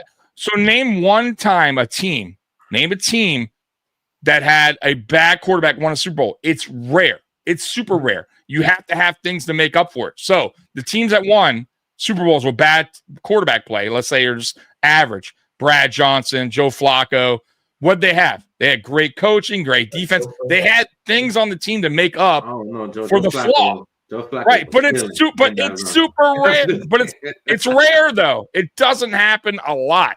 Even Patrick Mahomes, right, when they won those later Super Bowls, it was the defense that kind of carried them. So even with the flaws by getting rid of Hill and their offense wasn't as potent as it once was, it didn't matter because they had other things to make up for that area of the team. We don't have that. We don't have a good defense, right? We have a lot of injuries. So that's where I see this team. Will we bounce back? Yes. But I will say this. The Patriots are a team to watch for. I don't know about this season as far as taking over the East, but they are definitely a team that is on the rise and that a team that the Bills should definitely be on the watch for because, and not just the Patriots. I'll say this too. Bills fans don't understand. AFC is getting tougher and tougher. Every year there's going to be, the Colts are starting to look bad. Our window, we talk about windows being open. There's other teams it's about other teams too, getting better, building, rebuilding. We can't keep fucking around here. Like eventually that window starts to close and now you got tougher opponents, tougher teams in the division. The Patriots, I don't know about the Jets and Dolphins, but still the Patriots are now, as you see, that was so starting to right, Anthony? You seen that shit, right? That was so unnecessary. sorry. I was about to say that like you're overreacting a little bit. I think your team. No, it's not an overreaction. It's not an overreaction. It's a thing where I look at like how Super Bowl teams done it, right? I look at how the Patriots did it, right? Patriots did it the right way. Let me have you back. Because we were in this spot. Okay, people gonna look at me. Don't fucking talk. Y'all want Super Bowls, okay? But shouldn't that make someone like me who was in this position? People forgot that we had a 10-year drought in winning Super Bowls. I don't know if you remember that. from 2005 to 2013. We did not win jack shit. Oh, I And remember. there was always a problem. There was something that was wrong with it. So the year that comes to mind is like 2011, 12, and 13. Those 3 years, there was always something off. Either we weren't explosive enough on offense, the defense was starting to needed to grow a little bit more. We didn't have any playmakers on defense. There was always something wrong. But since we had Brady, since we had Gronkowski, since we had Edelman, we're like, oh, we're still going to win 12, 13 games a year. But notice how you mentioned Baltimore. Baltimore punched the shit out of us, I think 3 times in that little stretch of games because they kept fucking us up because we didn't have enough playmakers. Denver punched us in the mouth because we didn't have enough talent to do anything. This is something to look out for, to support. Yeah. I know exactly what you're talking about. Yeah. Yeah. So, and coaching too. I want to say this too, Anthony, before you go. I'm going to let you talk, Anthony, but coaching too, it matters a lot. Like the Chiefs, they have one of the best, if not the best, defensive coordinators in the game. We don't have that, right? We don't. We simply don't have that. Like coaching matters too in these big moments, big games. Andy Reid, one of the best out there. That's why he has rings. He has a good defensive coordinator. Like I said, one of the best out there. He also has a good defensive line, and Chris Jones. Like they have a lot to make up for the little flaws that they have. They can make up for. We just simply don't have that. Go ahead, Anthony. Yeah, I mean, here's where I got. You look at the AFC. I mean, you were saying earlier that the Bills aren't Super Bowl caliber. But tell me a team in the AFC that you, as a Bills fan, think outside of the Chiefs just because they've been your kryptonite, whatever. But they're not the same team that they've been the last few years either. The Bills are miles ahead of really I wouldn't even go there. Until something happens, I understand. But until something happens with the Chiefs and they turn around, like they're going to be playing in January. That's going to happen. But the Bills haven't struggled with beating the Chiefs. They've struggled with beating the Chiefs in the playoffs, which is a different animal. Right. But at some point, listen, it'd be a different story if you guys just never beat the Chiefs. Every time you play them, regular season, postseason, preseason, anytime you play them, you lose. That's one story. But Anthony, what does it come? Okay, they're close, but what does it come down to in these games that you're watching? It comes down these to close winning. games. And I think. But no. But what does it come down to? Coaching usually, defensive collapses, the 13 seconds. These are things that good coaches. Yeah, but those are the things. That's what I'm saying. That's the things, the difference makers of a team going to a Super Bowl and a team exiting the playoffs. All that little shit matters. You get what I'm saying? And we don't have, like, for as good as McDermott is, regular season. And by the way, if you watch sports, there's a history of coaches that do this and a history of teams that do this, right? That they're good regular season, they get into the playoffs, but they just can't figure it out or they don't have enough to overcome their flaws. And that's one thing we have, Anthony. Like, I'm not saying we can't get to a Super Bowl. Of course, there's always an opportunity. There's anything can happen, but it hasn't happened. Right? And we're a year 9. I hope, of course, as a Bills fan, I would hope. Thursday, at some point, you guys are going to break through. I honestly think that season's this year. We'll see what happens. There's still a lot of time. Listen, it will break through when you make, but there's way too many holes, right? Like, you know how it happens if we make some trades and fill positions that are killing us right now, like CB2. We need some more help for Josh in the receiver room, even though some fans don't believe that. I believe we do. We did it last year with Cooper, and it made a huge difference. And he wasn't even a top receiver in the league. He was just respected enough to help the offense. I just, like, trust me, man. Like, and I get where you're coming from. And I feel like some people are like, oh, you're a whiner. You win all the time. You're a 12, 13 win. But it's not about that. Like, look, it's not about being I'm going to be an asshole. Yeah, now. We just haven't. We haven't won. Bro, it takes winners to understand what we're talking about. They don't understand because they don't win. No, right. That's what it is. I completely understand. It's not to be an asshole. I'm sorry, but it's true. The Colts had the same issue for years and years and years and years with Peyton Manning over there with the Patriots. They could not beat the Patriots for years. It was an issue. Tony Dungy, as good of a coach he is, he's only considered a great coach at this point in time because he eventually broke through and won that Super Bowl. Outside of that, Tony Dungy wasn't really like a top-notch, can't-miss head coach. But it's the ultimate. But Anthony, it's the ultimate team sport, right? Now, look, I'll give you some examples of players that were the greatest, who I loved, right? Who I feel like were the top and the best of their position. Dan Marino. Let's go Dan Marino first. Fuck it. Yeah, I respect Dan Marino. Good Dolphins. That's a Yeah, first I think, yeah. But Dan Marino never was surrounded with help, right? Dan Marino was like a Josh Allen. He was the best at the time in his position pretty much for years, but they couldn't surround him with enough talent. Like they just didn't have it. Same with coaching. Like after Shula left, it got even worse. Like they just could not. Yeah. Elway too until they build a proper team, defense, running back, a different and then look at Barry Sanders. Barry Sanders got the fucking team to the divisional championship round, but that's by himself. But you need more. You need more. And look, Barry Sanders said, "Fucking, I'm out. I can't do it no more." Right? Fuck it, I'm out. Yeah, fuck it, I'm done. Because I don't want to play this thing where I'm going to team.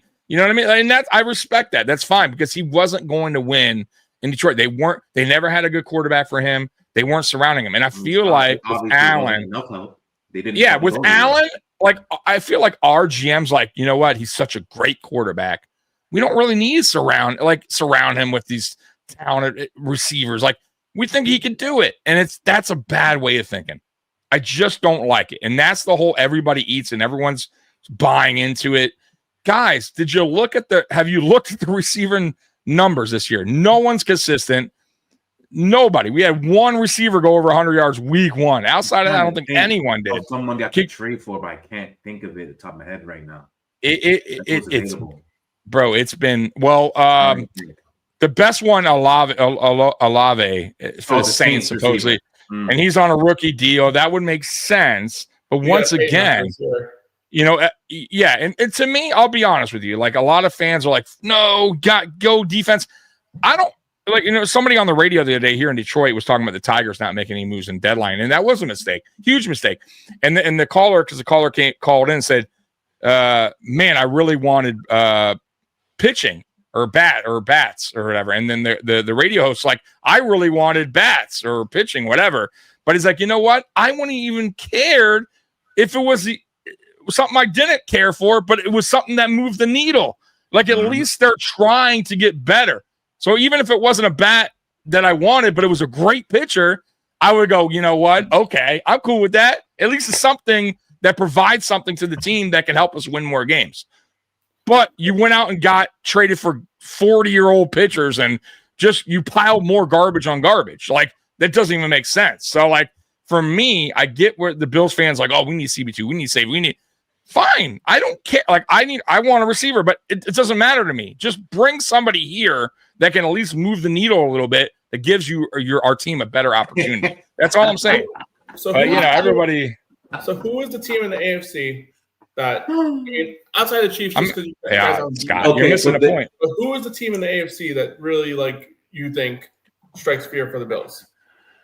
Okay, so look, here's the deal. The Chiefs will always until we that's prevent. And I'll say this: when the Bills are on the come up, and I don't think the Bills have a killer instinct either. That's another thing. I just don't. They don't have it right now. They had it early on when in 2019, 2020, when we had a point to prove, right? Like, hey, we're taking over now. And when they finally beat the Patriots and took over the East and beat them in that playoff game, that was like hey, here we are. Like. They made their statement. They got over that hump. The hump was the Patriots. Everybody knew that. Like the Patriots ran the East. They ran the AFC for a long time. All right. And until the Bills finally said, "Hey, we're the new sheriff in town in the East." But the Chiefs are running things in the AFC, right? So your next goal should be beating the Chiefs. And until somebody puts that notice on the Chiefs, meaning the Bills or whoever, knocks them out of the playoffs and go, it's ours, it's over, right? Like this is our shot now. Like we're going to take over the AFC. I don't believe it. Like I'm not going to, and I can't do it. Like I can't. It has to, it doesn't matter. It looked like it, but it wasn't. It has to be a team. Yeah. But 1 year, you get what I mean? Out of how many, right? It's going to, same thing with the Patriots. The Patriots also lost here and there, but overall they won a lot of rings. So it doesn't matter. you have to prove it. You have to be the one to finally take over that spot. And the Bills haven't done it yet. That's simply a fact. And I'm not saying blow it up. Clearly not. Why would I trade Josh Allen? It's the most ridiculous comment ever. I'm just saying surrounding a player with more help, that doesn't hurt. Like, I don't get why anyone would argue that point. Why bringing in talent would hurt any team, anybody. It just doesn't make sense. So I don't want to hear about, if you bring this guy in here, he's going to ruin the scheme. Our scheme is everybody eats. Stop. That's the most nonsense thing I ever heard in my life.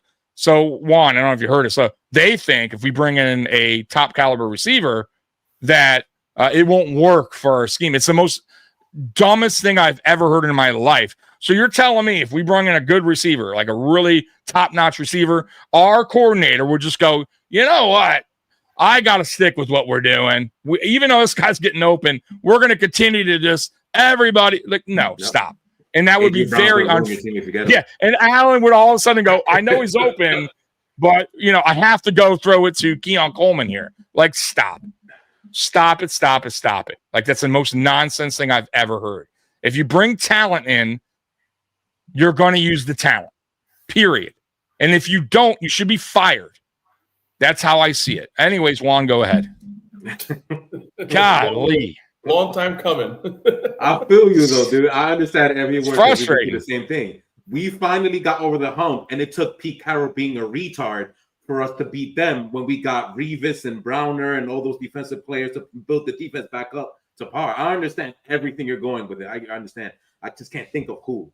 But okay, now let's go to Sunshines and Rainbows for real. Okay, so I said, I think after the Pittsburgh loss or after the win in Carolina, I forget which one, that I have a tier system for the NFL. It's 5 tiers.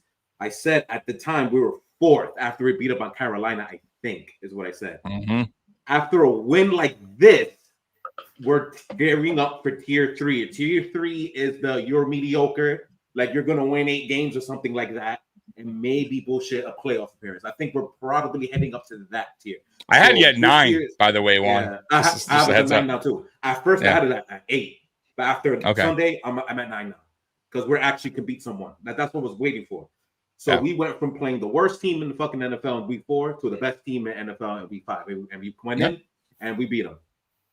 I believe you're right about exposure because the way you were played before this week, everybody's kind of playing passive defense, didn't want to put their hands on nobody. Yeah, we didn't do that.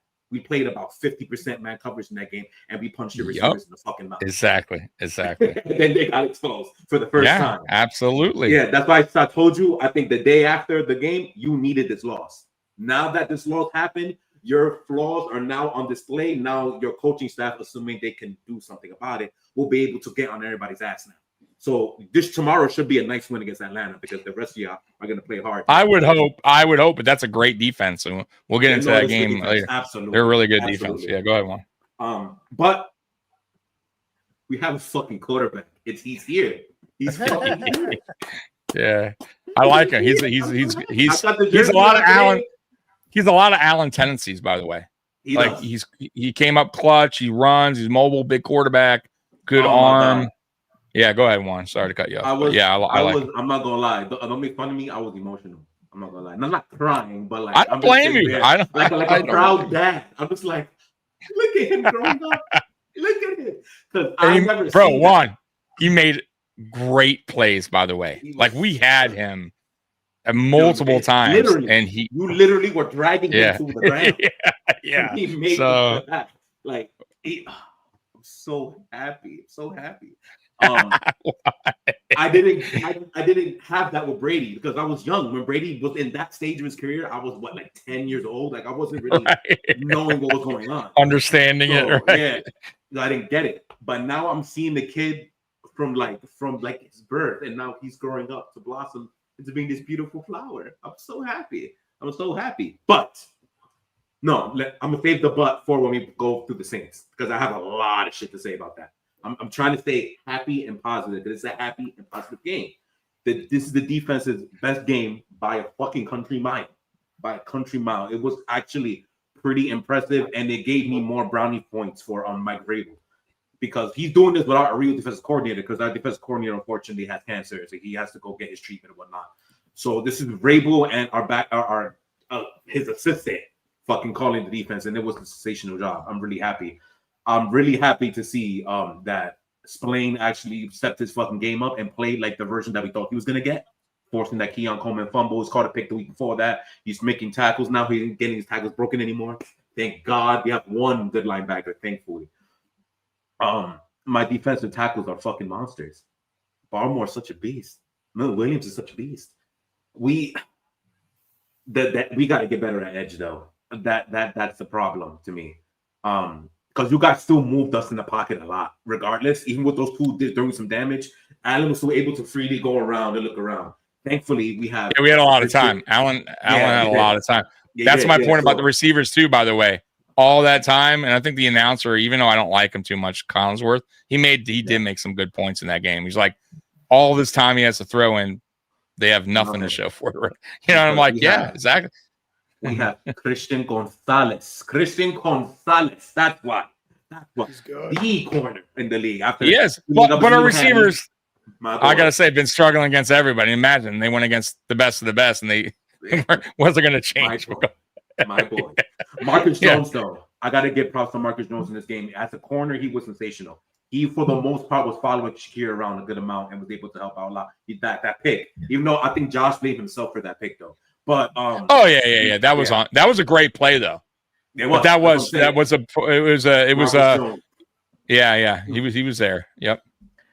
It was a good game. Oh, my kicker apparently doesn't suck anymore. That's another good thing. That was a clutch as fuck kick. Like 50 yards from the U, baby. From the U. He was a solid kicker in Miami. That was a great pickup for you guys in the draft, by the way. This is the best win we've had. I think it went 65, bro. I think it was clutch. It felt like it went 60. It did. Yeah, dude. This is the best win for this franchise definitely in this decade, in the last 5-6 years, in the 2020s. That's a big win. Because now it seems like we have our foundation. We have our coach, we have our quarterback, we have our coaching staff. Everything like it's set for everything to grow. In terms of negatives, the penalties need to fucking stop. We basically gave you a free fucking drive. I mean, ours too, though. That because you gave us a free half. Terrible. But terrible. But terrible. Dude, those penalties have to stop on defense. And we, just like you talk about your playmakers, we're still missing something with our playmakers as well. But that's expected because we don't have crazy talent there. We just have Diggs, but Diggs wasn't playing games. Him and Drake and me were playing backyard football for the whole second half. But things are good. Things are going up. Yeah. The offensive line. Curtis. How about Will Campbell? How about that? How about what? That game? How about Will Campbell?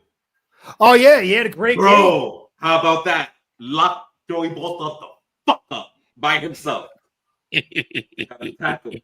Yeah, I watched that. He's my most happiest moment where he was obliterating Joey Bosa, dude. Like by himself, no help.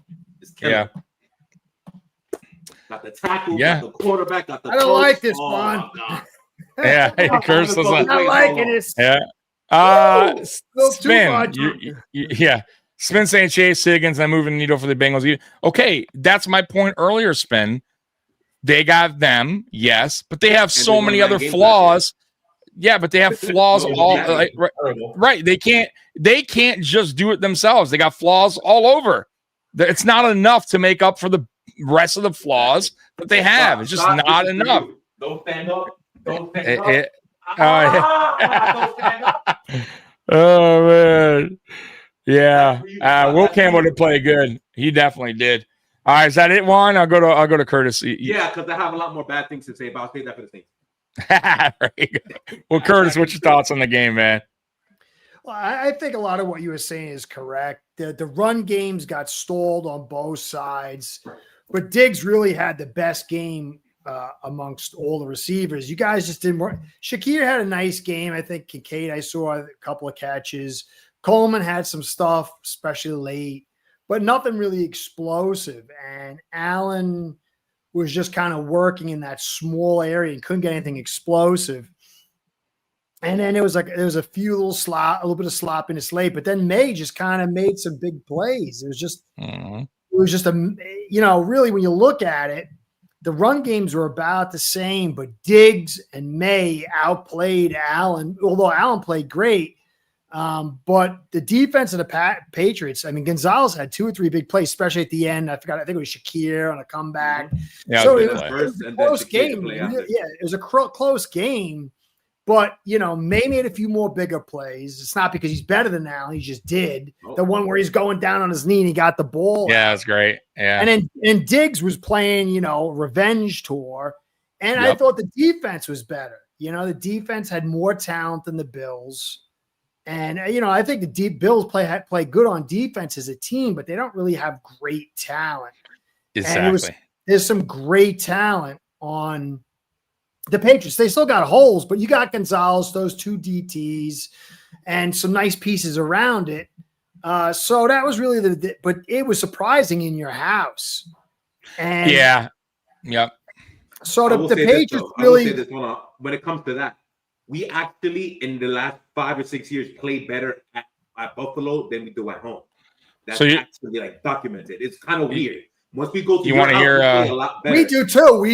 It's weird. It's weird. You want to hear a weird stat though? We haven't won a Week 5 game since 2022. Really? That's wild. Yeah. Is that a weird stat? Yeah. Wow. It's like, here we go. The white uniforms burn those fucking. I like those. Burn them to the ground, baby. But yeah, Curtis, it was just one of those things, man. Anthony, what's your thoughts, man? I think the biggest thing to come out of this game is that, anybody who thought the Patriots were kind of taking that slow route to the rebuild, taking it one step at a time, I think they took a huge step forward. Juan uses the tiers category, and I think that's probably a good way of kind of identifying it. They're definitely in that third tier in his categories of that team that could be pushing for a 6th, 7th seed in the AFC. And I think this kind of proves that they can fight with the best of the best, especially beating Buffalo in Buffalo. I know you say they have more success in Buffalo, but that's still a huge task to go into that stadium and get the victory, regardless of historical success. It's about now. It's about what can you do for me today, not what you've done for me in the past. And today, they went into Buffalo, got a victory against the favorite in the AFC East, favorite by many in the AFC. In front of everybody. Yeah, on prime time. Throw that on prime time, man. And they were beefing out, having these, video things about us, and it's like it all just came back for nothing. Go ahead. and kind of the thing that if you're a Patriots fan, you got to be proud of is you didn't win this game on by playing a different game than Buffalo. You kind of beat them at their own game. Kind of had the quarterbacks going at it. Not saying Drake May outplayed Josh Allen or whatever have you, but Drake May at the end of the day came out with a victory in a game where it was on both quarterbacks' arms because the running games weren't really doing much in this game at all. So if you're a Patriots fan, gotta feel good about this. But you gotta take advantage moving forward. Take it one day at a time. Don't beat Buffalo and then turn around and get trapped by. And we're gonna talk about that when we talk about my nice. Which I don't think they will. They're a good coach team. They got Vrabel there. I don't think that's gonna be an issue. But it happens to even the best teams in the league. But yeah, just keep moving in the right direction. And I think we're, I for one personally had the Patriots as 7 to 8 win team, whatever. But obviously I was wrong. I think after this kind of performance, you definitely have to consider them as far as a 6th or 7th team in the AFC, especially with how many good teams in the AFC are off to slow starts. You kind of find yourself right in the middle of that at the moment. Just keep the train rolling. Spin, you're not wrong here, by the way. Like we tend to not attack certain areas of defenses that are their weakest points. I don't understand that, but we've done that for years, bro. Like that's coaching. That's not really even players. So you got to attack weaknesses. So I don't get it. I don't understand it, but we've done that for years. We've gone, we'll go against a game against the worst run defense and we'll pass heavy. It's like, I just never understand it, but that's a Buffalo thing. That's something that coaching, that's coaching, not players. So, but yeah, man, let's move on to the style and profiling. It was a good game. It was a good game. Like, no doubt about it. We'll see you guys again. But that was definitely a statement that the Patriots made a statement, though. Like, that was a good hard fought win. We should have won being at home. There's no excuses, but the Patriots play better. I mean, at the end of the day, Patriots had a game plan, they executed it, and the Bills did not. And that's the NFL for you. And if you look around the league, I got to be honest with you, like, this year is weird. Like, a lot of teams are underperforming. A lot of teams, like, I mean, look at the Eagles. We talked about that when we started the show. They lost to the Giants. They got whooped, right? Will the Philadelphia Eagles get it right? Probably. They're still a really good team. They got a lot of talent. But they're not off to the greatest start. The Chiefs. What you were saying about your team, though. Like, yeah, they're going to make the playoffs, but their weaknesses are bad on offense. Yeah. Like, they're going to get punched in the mouth in playoffs. If they can't fix that, they will go one and done. So they're exactly. similar to you guys. They could be. But you know what, though? I will say this about the Eagles, at least fan base. If I was an Eagles fan, I'd be like, even if, let's just say hypothetically, they don't do it this year. So what? They got the trophy right on their chest. I'm not even that mad because I know we can get there again. Like, the proof is there. You know what I'm saying? With our team, the proof isn't there because we haven't gone. So, like, that's all I'm saying, guys. Like, if we even went to a Super Bowl, I would at least say, okay, McDermott knows how to get there. He's been there before. I believe he can get back there again, but we haven't gone there. So I can't even be that confident in going, well, we can get there. So we'll see. He has to get there first. But yeah, once again, this year has been weird with some teams. I mean, who saw the Colts being a good football team? And they're playing. I don't even know if I can't even call them fake. They are in every game. They are blowing teams out. I don't think they're fake. I'm with you. No, that's what I'm saying. But sometimes records can be sustainable. Exactly. But records could be misleading. Like, at times. Like, exactly. The Jaguars were even I remember one year the Bills were 4-0. And then we won like 3 games after that the whole year. Like, that I don't like Trevor Lawrence though. Every time I watch the Jaguars game, he's doing like 6 things. And for whatever reason, the Chiefs didn't take advantage of that shit. Like, the Chiefs didn't. Yeah. On the last day of the game, and still gets to score a touchdown. Like, what the fuck? That was lazy. That was bad. On Chris Jones, who's a really good player, obviously. I don't know what he was thinking. He totally gave up on the play. And that's something, though. Usually great players, though, he won't make that same mistake again. You know what I mean? That's a rarity. You know what I mean? So I don't expect him to. Like, their defense is all right. Like, I like their defense. Well, Joshua Allen, whatever, Hines Allen.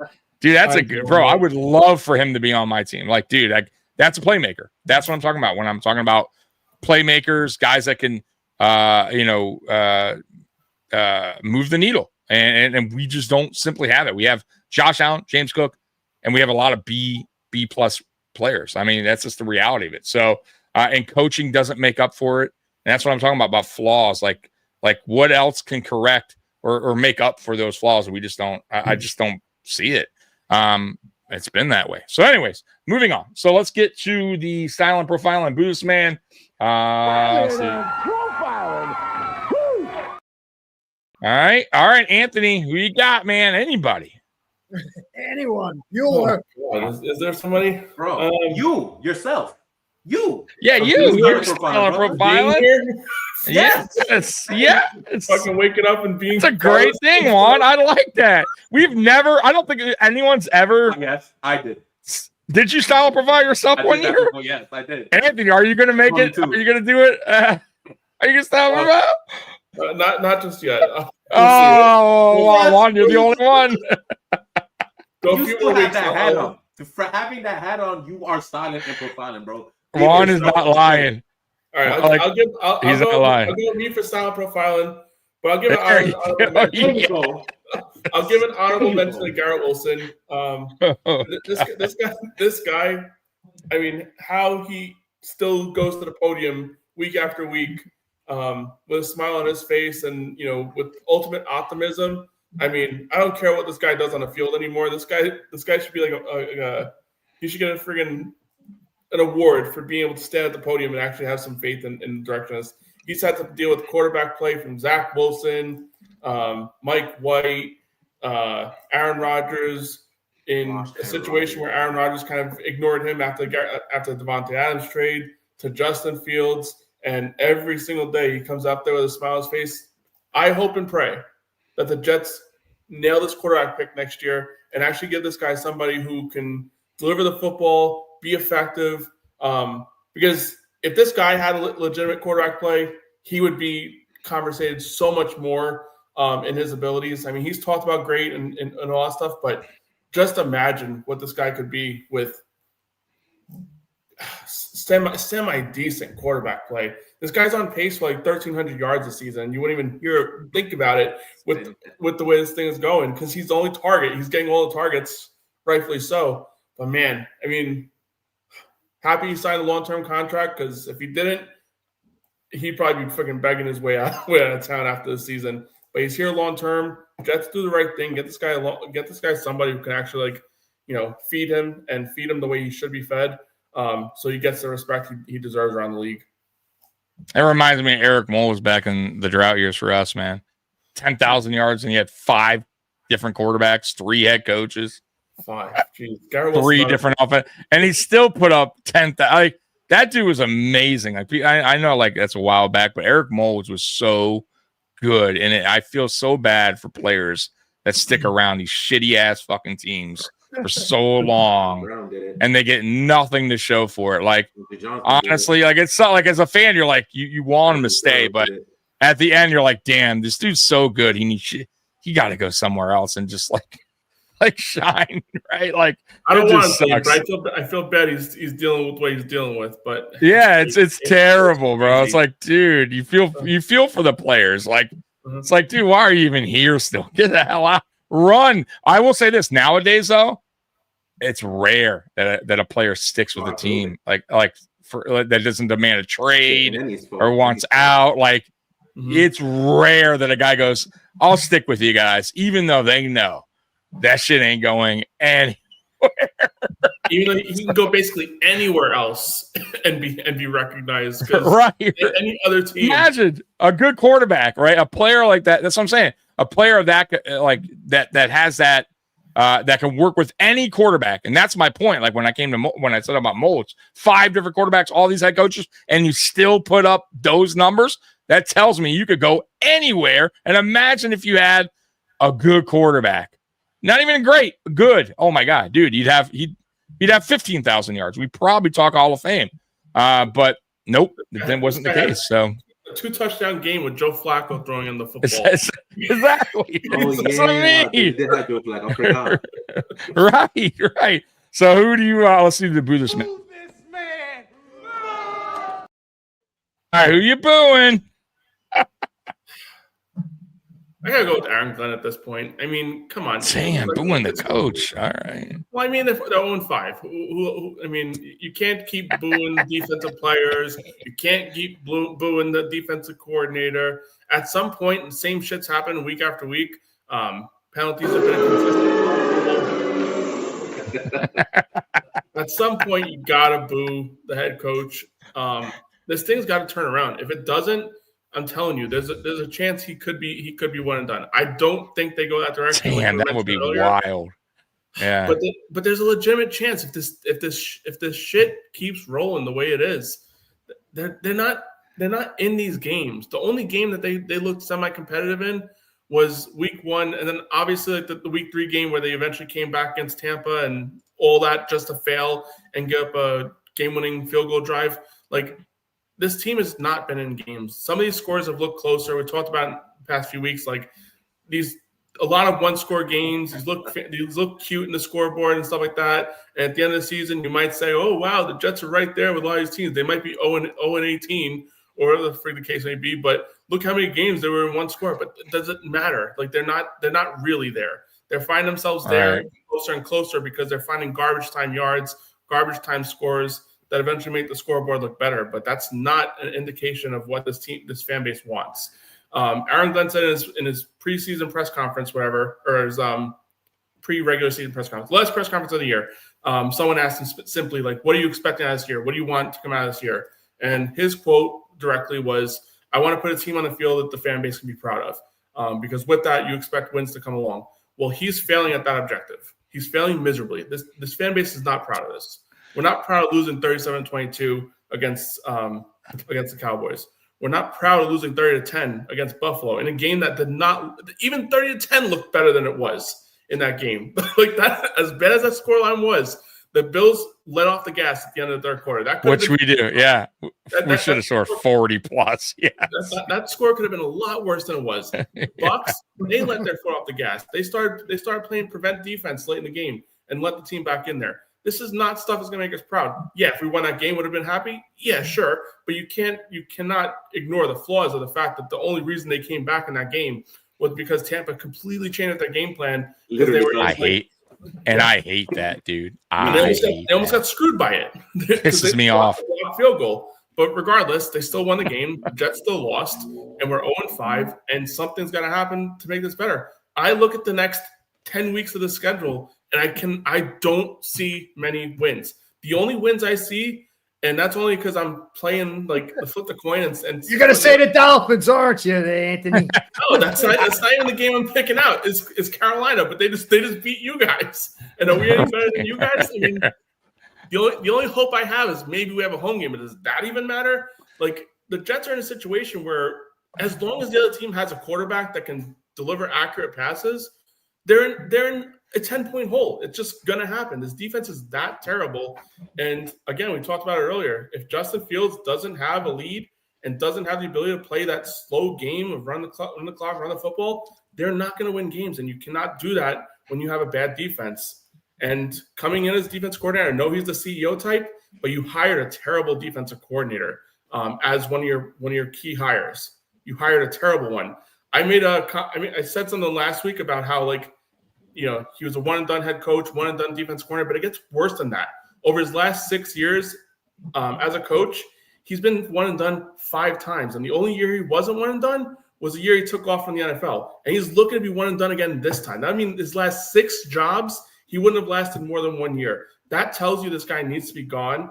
And it's up to Aaron Glenn to figure out who his successor is going to be, because if you don't figure out something soon, you cannot just keep having this guy go out there and play terrible game plan after terrible game plan after terrible game plan and expect this fan base to be proud of what's on the field. It's not going to happen. Something's got to change. Bro, lie on his resume. How the fuck do you get one and done 5? Yeah, it's weird. The coaching carousel, like with coordinators and shit, it happens all the time. I have no idea how some of these guys remain coaching. But I'll say this, Anthony, it's always a gamble when you hire a coordinator as a first-time head coach. Like you never know. Some guys are just not meant to be head coaches. Some guys just are not meant for that role, and you're going to find out soon enough. But right now, it seems like you're not pleased. Other fans, it just may not be his thing. Also, head coaches are responsible to bring in their guys, right? Their coaching staff. So clearly, if he wants to set the tone here and that's not the right guy, you fire him. Go ahead and make a statement right now. Fire him, Anthony. Fire him. Absolutely. You promote somebody now, and you make somebody else. You make your assistant defensive coordinator or something right now in charge until the end of the season. You rehire. But if you don't make any moves and you continue on with the bad DC or OC, whatever position coach is failing at his job, then you're just as bad. Well, a lot of people like to compare the Jets to the Detroit Lions because obviously Glenn coming from there, so on and so forth. They got off to a terrible start in year 1 under Dan Campbell, and then year 2 the acceleration happened. So obviously we're not the Lions. First off, second off, the Lions had an issue at the offensive coordinator spot. They had Anthony Lynn there as a former head coach, someone who knows offense, blah, blah, blah. So that was Dan Campbell's hire to kind of, steer the offense along. Someone who has had history with being a head coach, whatever. Experienced hire was what he did there. After 1 year, he knew the offense was not working. It just wasn't working. He fired him, promoted Ben Johnson from within. And then obviously we all know what happened with Ben Johnson, led the team to a 30-point per week offense. It worked out in that way. That's kind of the approach you gotta take if you're Aaron Glenn. You've got to make this defense better somehow. But to go through the last 5 tenures for Steve Wilkes, 2018 Arizona head coach one and done. 2019, Cleveland Browns defensive coordinator, one and done. 2021, I guess he took a year off there as well. 2021, Missouri college football defensive coordinator, one and done. 2022, Yikes. Carolina defensive coordinator and eventually interim head coach, one and done. 2023, San Francisco 49ers, they went to the Super Bowl. He was their defensive coordinator, still one and done. And now with the Jets, we'll see what the history says. But Wow, that's it. That's on Aaron Glenn then. He brought him in. He should know his history. Maybe that's something part like of the tank. that's what I'm booing him. That's why I'm booing him. Right. I don't blame you.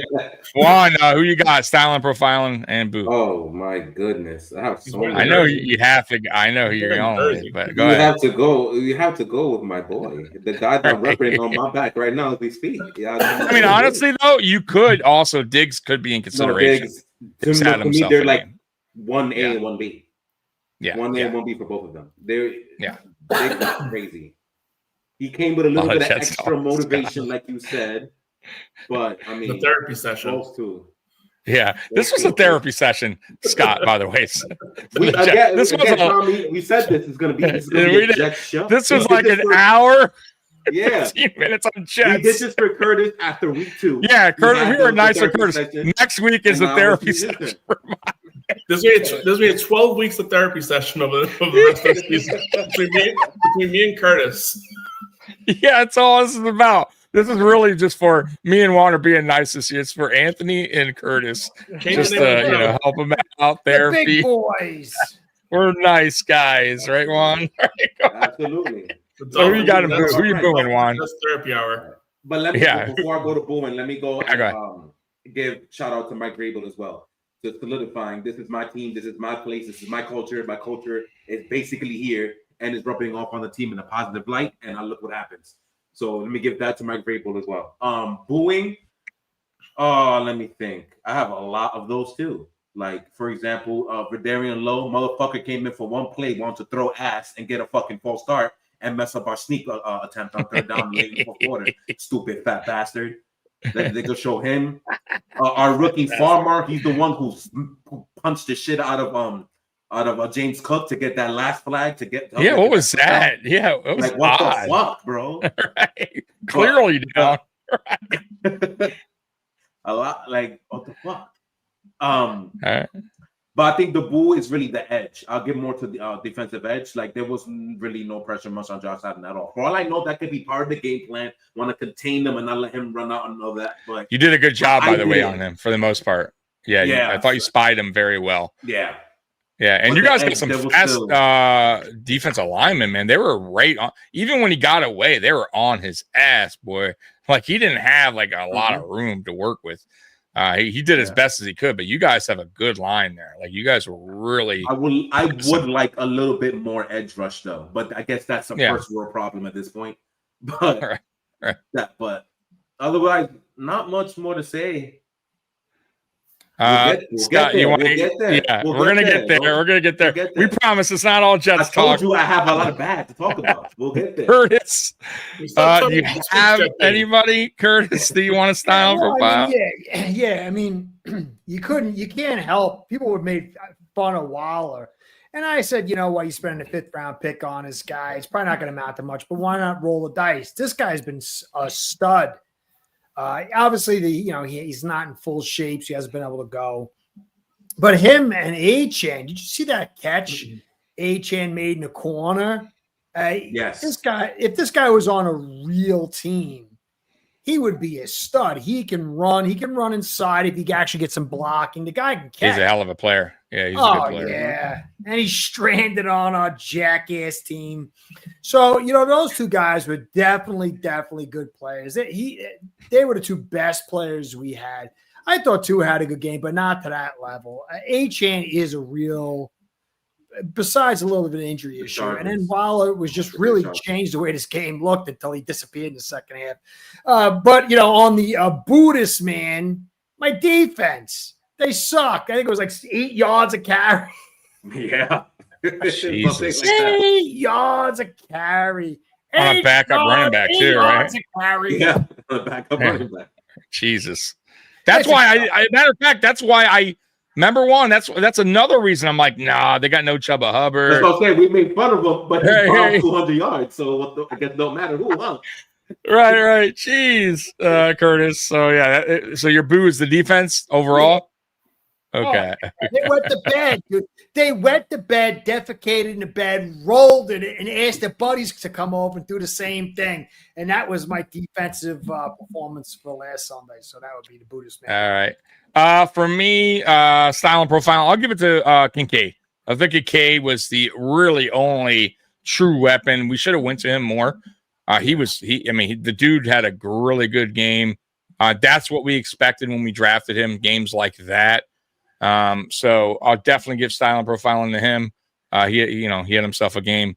Boo, I'll just go to the receiver room. I'm just not satisfied at all. I mean, and it also to CB2.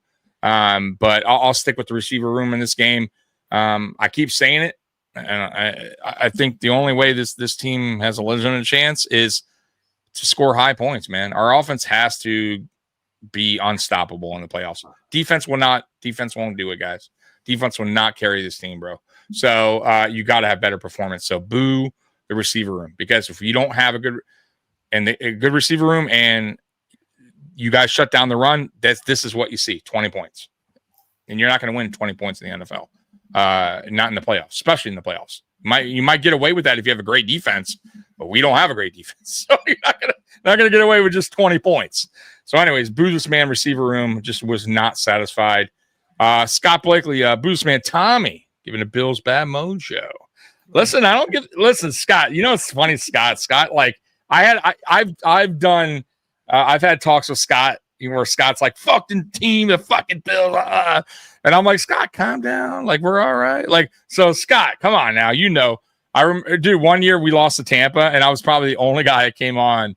And I was like, you know what? And I normally don't do this, but I was like, there's some positive to take away from that game. I know it's a loss, but I saw some good things coming out of that game where, Brady, right? That was a game. And we were getting whooped. And then we wound up making a comeback, and man, we almost won that game. But it wasn't about that, because we were on like a losing streak at that time. I think that was when the Dolphins were actually leading the division, and we wound up coming back and winning by like a half a game to end the season. The Dolphins like totally flopped at the end there. But I was like, Scott, calm down. Like, I kind of saw some things there. I think we're going to be okay. Like, maybe something happened there. Something clicked in that game. And we did. We went on a winning streak, and the Dolphins just lost a few games, and we wound up winning the division. But, yeah, some games you can take some good out of, if things aren't going right, even in a loss. But this loss of the Patriots, there's not – Scott, the reality is, what am I going to take from this game? Shouldn't have lost. We're at home. We're a better team. Like, Juan knows this. Like, it's a reality. This is where we're in the now, right? Maybe years from now, like next year or the year after – then, Juan could be like, we're probably really fighting for that East, and I get it. You know what I mean? Like, but, dude, there's no reason to lose at home on a Sunday night, crowd loud. I can understand losing the Patriots this year in New England. Like, I get that. Like, tough division game, it's going to happen, but no excuse. We can't do that.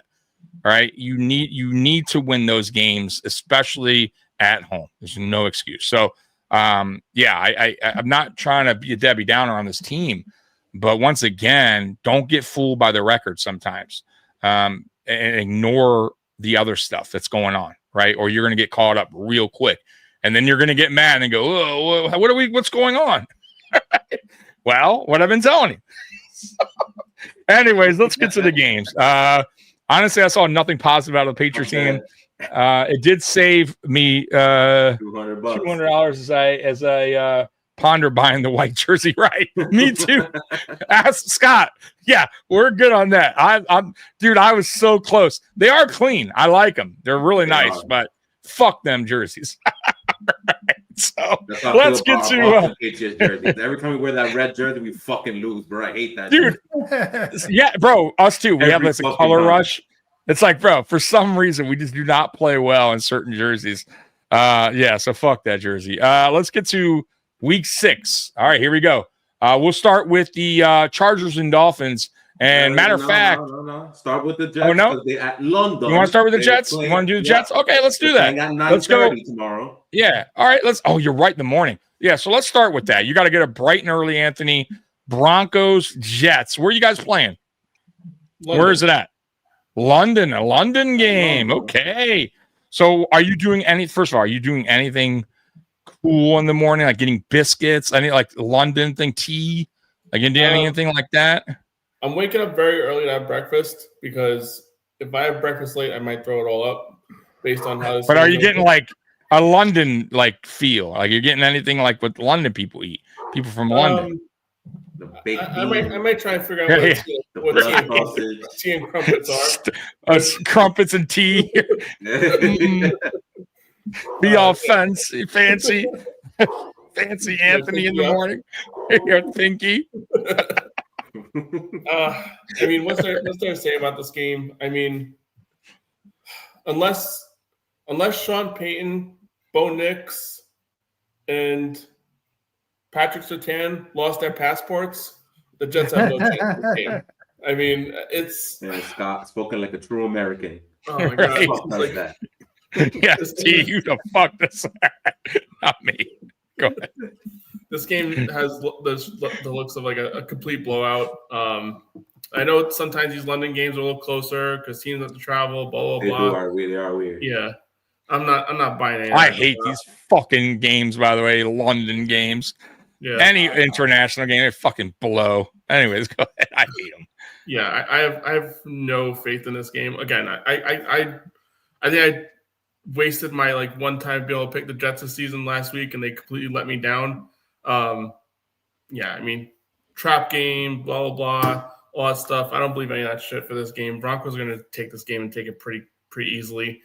The only chance the Jets have is another situation where they might be playing garbage time football to keep it a little closer. But Broncos are just miles ahead of where the Jets are at this point in time. So is basically 31 other teams at this point in time. So I'm going to go with the Broncos here. They're going to be able to run the ball effectively. They're going to be able to throw the ball effectively. Cortland Sutton on the outside, he's going to have a field day with some of these Jets corners who just aren't able to cover for extended periods of time. Yeah, I'll go with the Broncos win this game. Ugh. Yeah, do I have to pick a score? Shit. I'm at 30-10. I mean, 30-13. It's I don't know. I don't see it. This Broncos defense. I mean, I don't blame you. But the Broncos have been underperforming as well, though. 3-2. They're not playing, but you guys are terrible. So I get it. This is a get right game for them. This is a tune-up game. Yeah, get right. Here's the perfect game to get your mojo back, right? To get some belt ass, right? Maybe Sean Payton make you feel better. Maybe Peyton plays it easy, because Aaron Glenn. If you guys win, I would demand you guys play overseas. The first one don't count. Aaron Glenn's like, sign me up.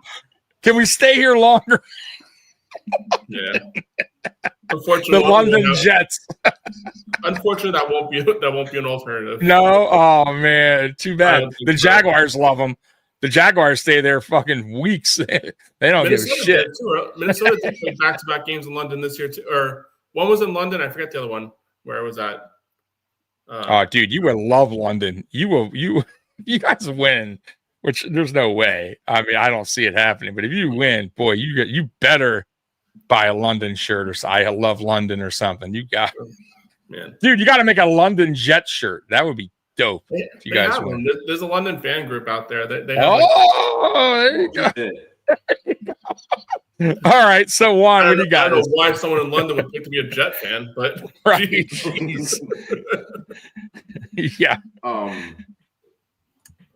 These games are usually weird, and Denver did just come off a big emotional win, giving Philly their first loss last week. So because of that, I am going to pick Denver, of course, but the cover is 6.5.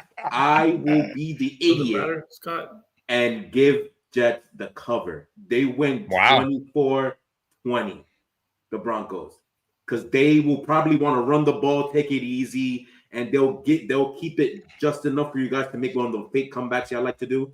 but then you will lose by 4 points in this game because it's in London and because Denver don't care as much because they just beat Philly. So they're and this is considered, and this is the Jets' home game, right? They're taking it. Yes, it is. It is considered their home game. Such bullshit. We're going. On paper, they should beat the shit out of you, but they're not going to. Their defense is up there. They will have receiving talent that's pretty good. They do have a run game here. I don't like Bo Nix. I think he isn't shit, but it's your defense, so he'll be fine. But it's because it's in London because they're coming off of an emotional high, beating Philly at Philly, I think too, at that. They're probably going to take it easy and not play as hard, and you guys will have a chance. I don't think you're going to do it, but you have the chance. 24-20, Denver. All right. Curtis, what you got, man? Definitely not a Jets win. I mean, I guess at some point they got to totally not screw it up, but I don't think it's going to be this week. So yeah, Peyton's going to outcoach Wilkes, and they got one of the best offensive lines in football. And it's going to. I think maybe it's closer because it is an away game and Broncos coming. I think it's gonna be one of those games where like Broncos get up 17-0, and then the Jets claw back in. Yep, exactly what I'm saying. Like 27-20. Okay. All right. Yeah, I'm with you guys all. Jets are not winning this game. It doesn't matter if they play anywhere in London, Brazil, Mexico, Colombia, right? Hawaii. Listen, the Jets aren't winning. It doesn't matter where they're playing. So the Jets defense is horrendous. I can't believe how bad it's gotten. So I'm gonna go 30-17. If it was in America, that would be my score. But exactly. But I'm with you guys because it's an overseas game and it could be a little sloppiness also to it. The travel, the jet lag. But that goes by both teams too. So the Jets are already shitty. So add on to the jet lag shittiness, and then I don't know. New York is closer than Denver. That is true. You are right. You're right. So maybe that does play different. I don't know. Could the Jets pull out a miracle and get the first win? But I will say this: the Broncos aren't like this oh my god team either. But I just don't see it happening. I think right now with how the Jets are playing, they're getting used to losing. The players like, fuck it, let's just get this over with at this point. So I think Denver goes in, and Denver needs this win more than the Jets do. Like, 100%. You know what I mean? That's how I see it too. 3-2, you don't want to go to 3-3, right? So and lose to the Jets, right? You cannot. Because if the Broncos lose to the Jets and go to 3-3 and lose, like I said, lose to the Jets, the fans are going to be pissed, and it's going to tell a lot about that team moving forward. If they win, totally different story. You're 4-2. You beat the team you're supposed to beat. Now you're back on track. You're winning. So yeah, Denver does not want to lose this game. Do not want to lose that game to the Jets. So yeah, I think Denver wins, takes care of business, and that's it. All right, so next one. Let's get to the Chargers and Dolphins. Captain D is actually going. Yeah, we have to. Captain D's at the game, by the way. He's going to the game. Oh man! It's a birthday present from his son. In the house. All right. Yeah, he'll be there. So I'll start with you, Curtis. Chargers, Dolphins. All right, hold on a second. I got a little bit of list of stuff I did for my podcast. Okay, so let's go over the comparisons between the defense of the Chargers and the Dolphins. LA blitzes 20%, so they're 21st least. Dolphins 34%, fifth most. Pressure. Chargers 22%, ninth best. Dolphins 20%, 14th worst. So we're blitzing 14% more with 2% less pressure. Opposing quarterbacks completion percentage, fifth worst. The Bolts Miami Dolphins, worst in the league. Tackles for loss, 9th best. Chargers. Dolphins, 25th least. Now go to offense. Even with their crappy offense, 3.4 yards before contact for their offensive line. Ours, 1.8. Their clean time to throw, 2.51 seconds. No screens. That's 2.5. Ours is 2.39. Our average depth of target is theirs 7.2, ours 7. So it's generally similar. But here's the funny one. Here's the two laughers. They're the most blitzed team in the league at number 1. We're 30th. We're the 5th. They're the 5th most pressured. We're the 8th. We have 29 spots difference in a blitz rate and only 3 spots different in pressure. So when you factor that with a defense difference, who do you think's going to win? The defense by themselves. All right. Who win the game? Chargers. Yeah. Oh, yeah. It's 70,000. We're up to 70,000 D chess right now. So what do you got? What's your score? It's bad. What's your score prediction? 27-17. I actually love that score. They're I think they're number 2 in red zone defense. And they play zone, which they're not going to do like the Jets, Wilkes, and like lobotomize themselves with a game plan. We struggle against zone. You're also going against a team that's lost 2 in a row, I think. Yeah, but if you watch last week, they were up 7. They were up 10-0 on Washington. They were driving it for 17-0. They fumbled the ball, and then they were still coming back, and they were ready to win. They stopped Washington like at the 5, and then they got it roughing the kicker, and that was it. Yeah. They could have beaten them. Yeah. No, they're the better. I get what you're saying, but I'm just throwing that out there. They are on. The other thing is they're going across the country, and it's hot.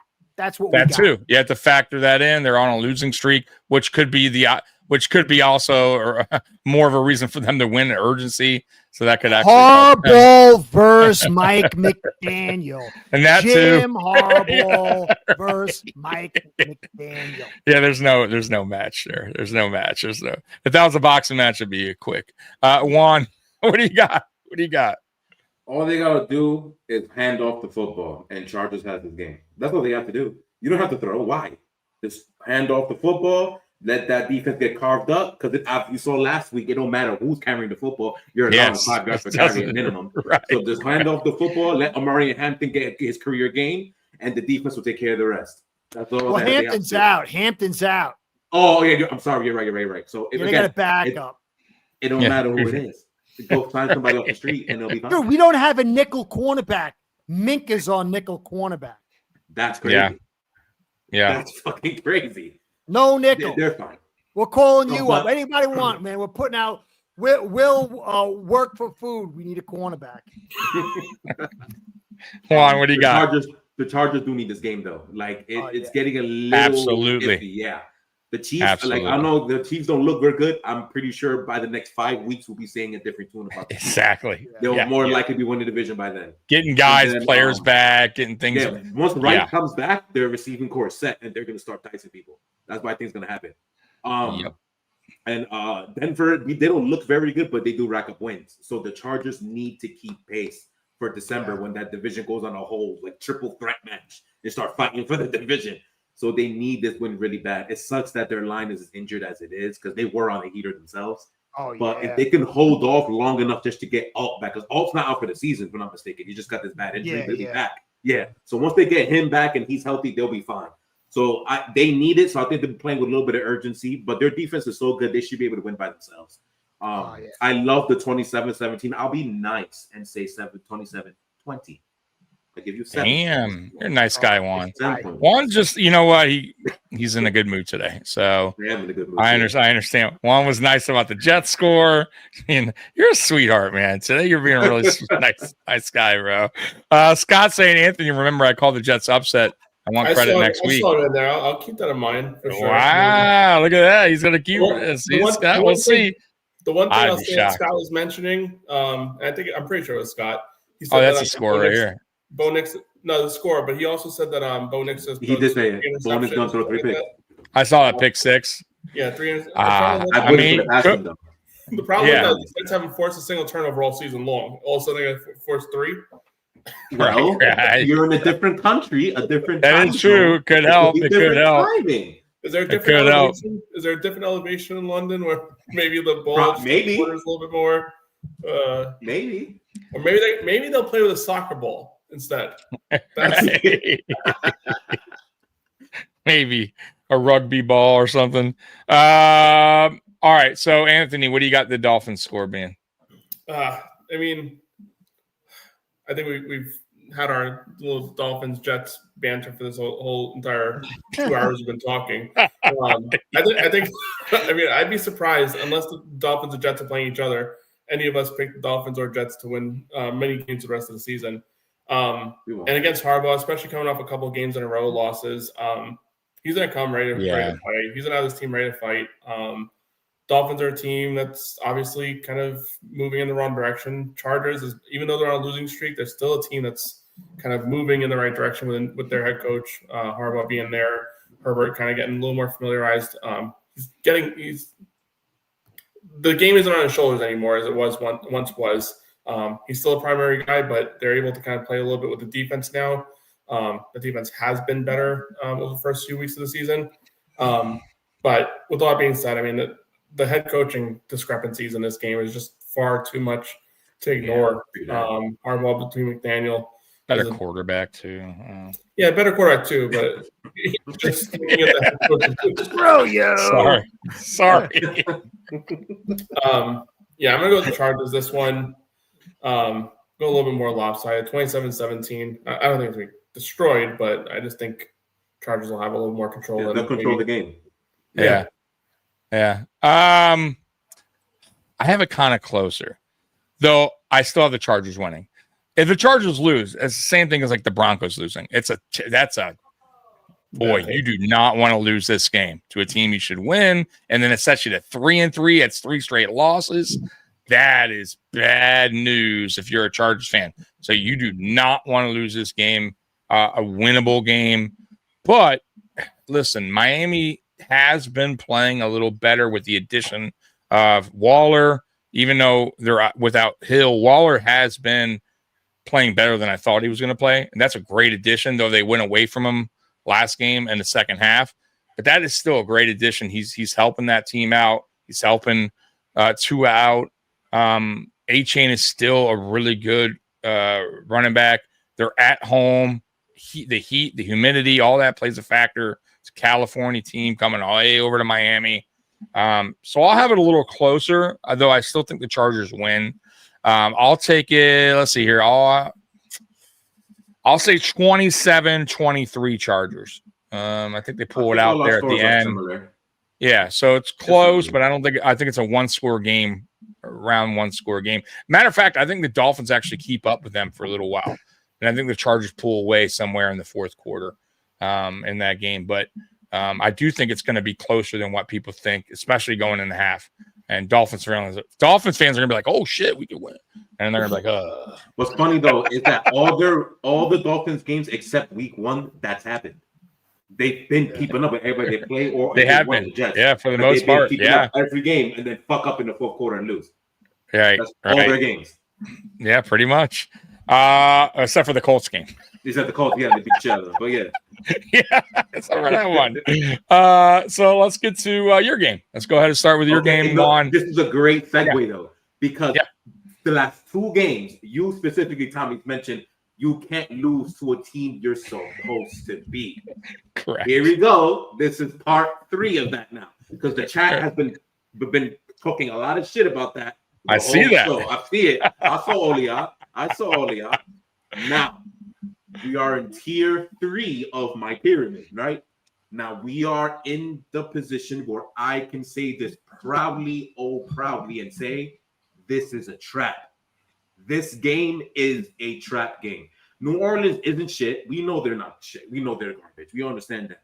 But now we have had the biggest win we have gotten in the 2020s, and now we have to go to a New Orleans team. Although they're not good, but they're feisty. We're going to the Superdome, where their defense is decent. They're not bad. Now this is the next test for this team.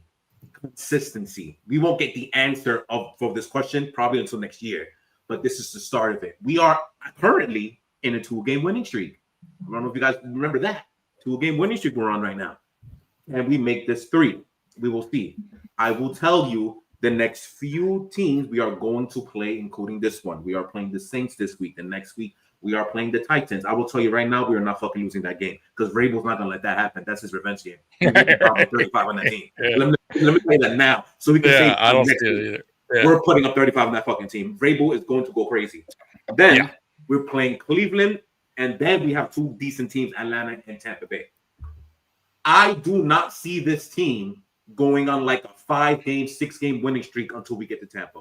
We will lose a game within the next 3. Cleveland's feisty too, by the way. That's my point. Yeah, they're a feisty I team think too, man. we win this game, we might lose to Cleveland on week 7. That is a upset, or 8. I'm sorry. Where's that at? In Cleveland?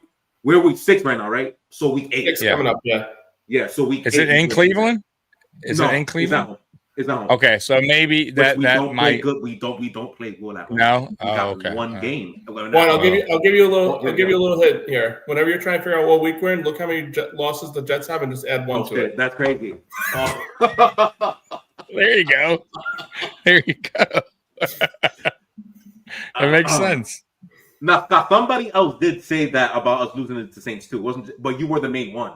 So Scott, you're the main one, Scott. I think it was early in the chat, early in the show. 24-20, Saints.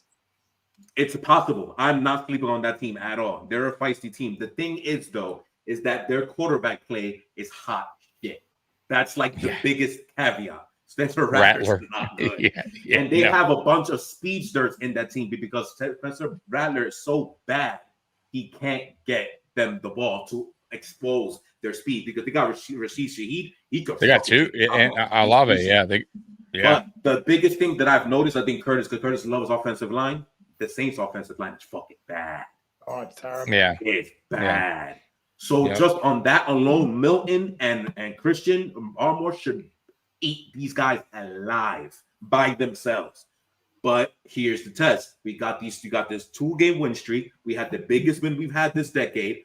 What's the mood like? Are they going to take it easy and fuck up? Or are they going to be good, be consistent, and put belt to ass in this game? I don't feel the offense will have that type of game. One of the bads that I will put out there right now, we like to start off slow. I don't want that to happen in this game. I will prefer you guys to at least get 3 on the first drive and let us keep going. So we'll see.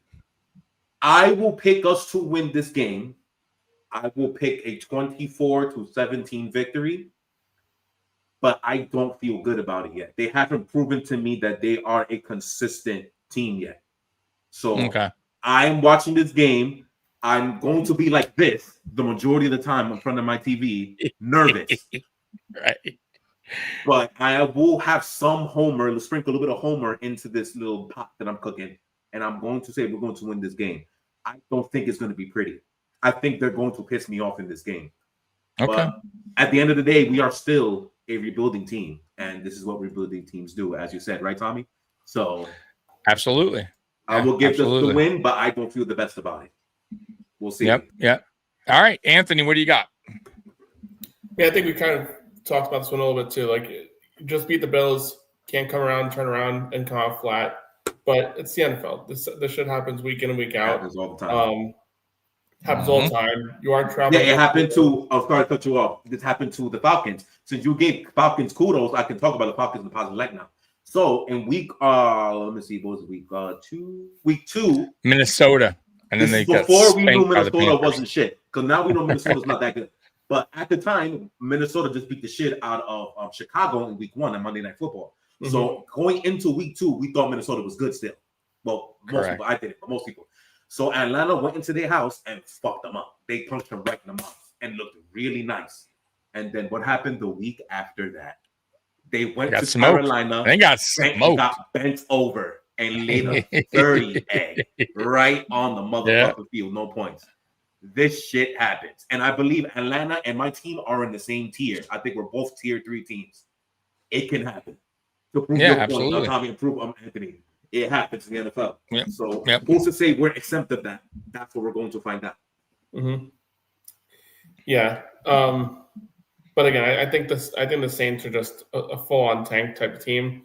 They beat the Giants last week, but I don't put the Giants even. I They put beat the Giants because the Giants turned over the ball 5 fucking times, and it still took every second of that clock for the Saints to win that game. So again, to prove your point again. Yeah. Agreed. Completely agreed. But the Giants are also in a different realm right now as far as in their development. They're still in year one of a rookie quarterback, trying to figure it out type of thing. They're a completely young team.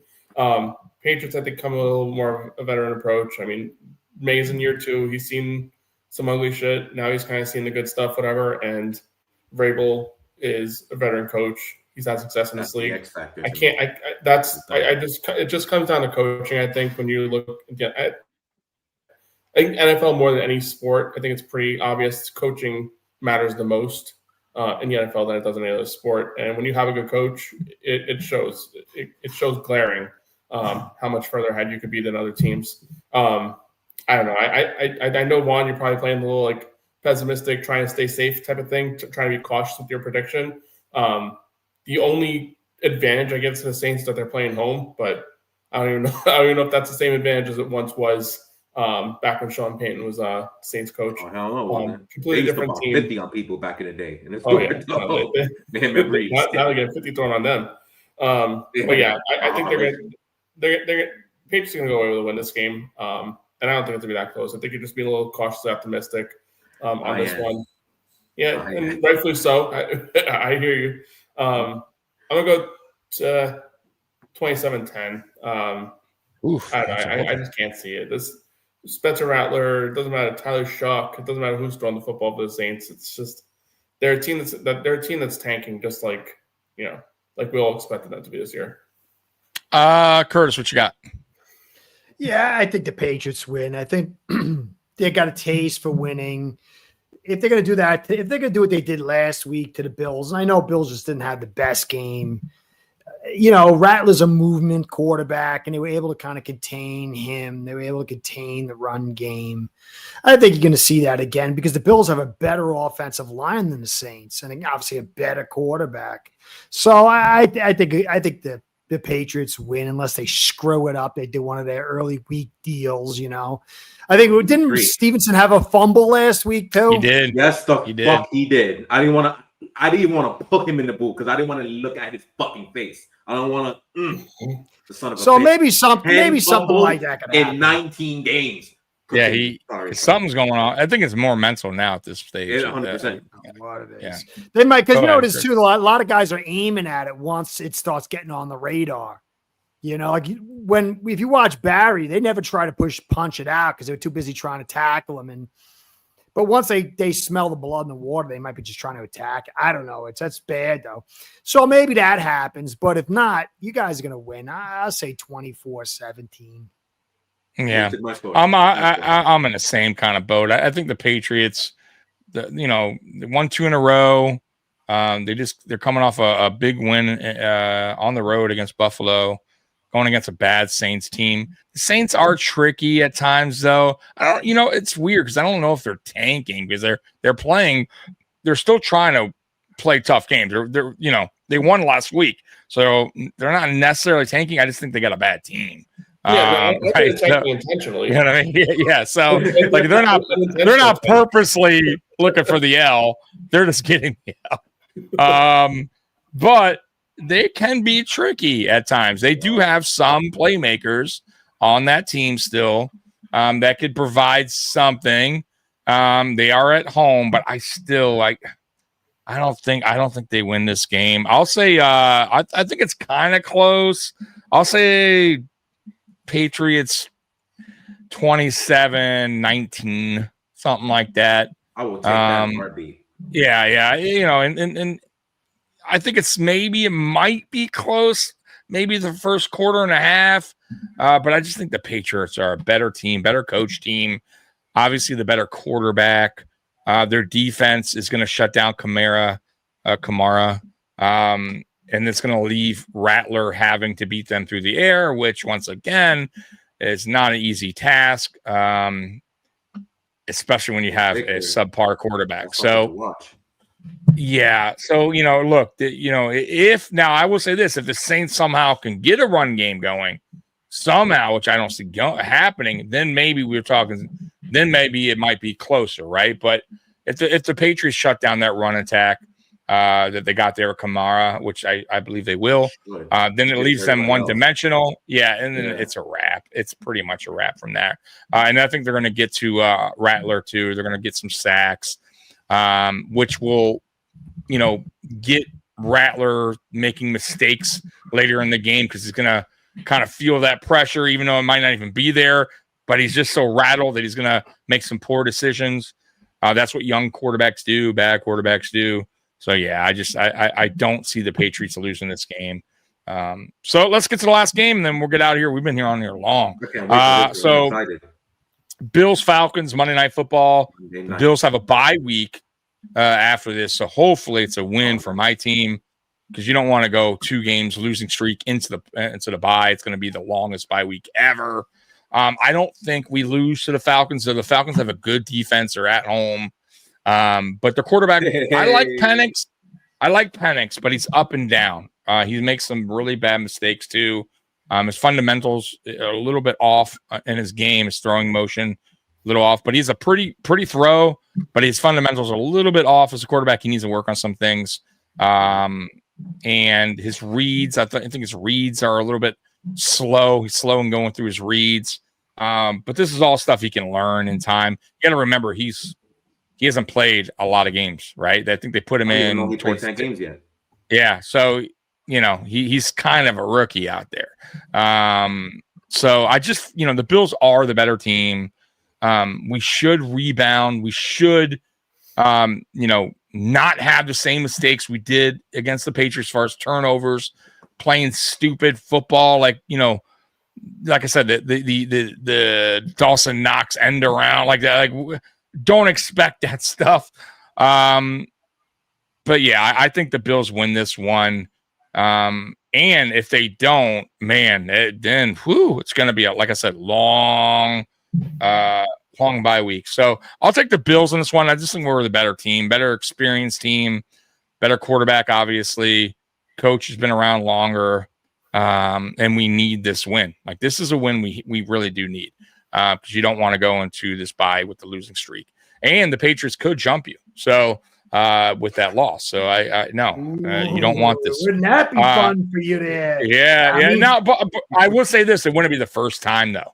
We've had this happen before, so it's not. It also wouldn't be the end of the world. I wouldn't think, it's over. The Bills, it's done. Like, we've done this before. You're joining the Dolphins and the Jets, Tommy. No, that will. When that will happen is when Allen goes. Like, there's when Josh Allen's off this team, then we can talk about that day. But right now, obviously. With Allen here, like, it doesn't matter. Like, we're a playoff team regardless. We may not win the East all the time. Minimum. Exactly. So minimum. So we win this game. I'll say, I'm hoping for a better offensive performance. It's a good defense. So I'm not going to go with the 30. I'm going to go a little under 30 for us. Oh, shit. You're not picking 30? No, because we had 23 against you guys, and we're going against a better, the Falcons are getting humbled. Falcons are a better defense right now. So I'll go 26-17. 26-17 Buffalo wins. Anthony, what do you got? So I get weird feelings about certain games. I had a weird feeling about the Dolphins game week 1. I was kind of on the right track there. I had a weird feeling last week about the Jets and Cowboys, and I was obviously epically wrong on that one. There's another one that I just get a weird feeling of with the Bills and Atlanta. I feel like the Bills had a little bit of a down week last week, but I just can't see them doing enough bad in this one to walk away with a loss. But I do think it stays a little closer than maybe the general consensus might believe it would be. They are on the road. coming off a little bit of a shaky game against the Patriots. But I will have them kind of keeping this one a little bit closer, 24-20. Maybe Atlanta starts things off with a touchdown and kind of I don't hate it either. A little bit of catch up. But yeah, I think the Bills eventually do what they need to do, get away with a victory in this one. Josh Allen does his Josh Allen things and gets it done. Yeah, and I'll say this real quick before I go to you on, but if the Bills, even if they win this game and they underperform on offense, meaning the receivers are still not getting open, the receivers are still, not creating early separation of routes, and we're just kind of going through the motion and just pick up a 24-20 win, like you said, they got to fix them. They got to fix things, right? They have to. Now, if they go in this game and the offense turns it around and the receivers are, taking it personal because of people like me talking about them, then cool. Then, maybe we'll have a different conversation. But they have to show something, in this game to going into the bye week that, okay, we're not the problem. Maybe you need to address the CB2, something else, right? So I just need to see something better from this offense in that receiver room in this game. I have to. The one thing that can't happen is you cannot let Atlanta run the football. You can't let. Well, that's the other thing too. I'm with you. Like Bijan Robinson is a really good player, really good. If we, that's one thing I didn't touch on either. If we can at least contain him and then kind of force them to beat us through the air, then we'll be all right. Good running backs, so ain't just one. Algier is a good running back too. Yeah, he is. He's the backup, but he's nice. So don't sleep on him either. No, but Robinson's the key. No, he's the guy. That's the question. Yeah, he's the guy. Yeah. Outside of that, though, I think if you could contain him, though, I think we'll be okay. And our defense is, I know somebody put here top 10. I don't buy into that. Like we're in the middle of the pack defense. We're really bad against the run. I think we're 30th. I mean, so don't give me the top 10 crap. We also played some bad teams too. So let's be real here. We played the fucking Saints, no offense, Jets, and the Dolphins. But come on, who have you really? And the Ravens, who are bad. So, I hate being that guy, but we got to play better, guys. That's all I'm saying. We'll get the win, but I want to see better. That's it. Yeah, I will become a McDermott. Yeah, let me tell you something. Scott, you'll see Scott throwing some F-bombs. We lose this fucking game. And I don't blame you. I really won't. And look, somebody wrote up here earlier, if we lose, that's it. I don't believe that, but I understand it. Like, I understand your frustrations. Losing back-to-back games to opponents you should not be losing to. If you call yourself a Super Bowl contender, you do not lose those games. So we'll see. This is a bounce-back game the Bills need to have before the bye week. Juan, did you say your score prediction or no? Not yet. This is a bounce-back game that you guys need, but this does smell like a trap as well. I like Atlanta though. I'm a Penix fan. I've loved him since Washington. He's the reason why he's a pretty ball. He's a pretty spiral, man. He has a good deep ball, which Atlanta was not using in the beginning of the year. Hence why they got new offensive coaching during the year. Mm-hmm. Because how the fuck you draft Michael Penix Jr. and not throw the football down the field with him? That was the stupidest thing I've ever seen.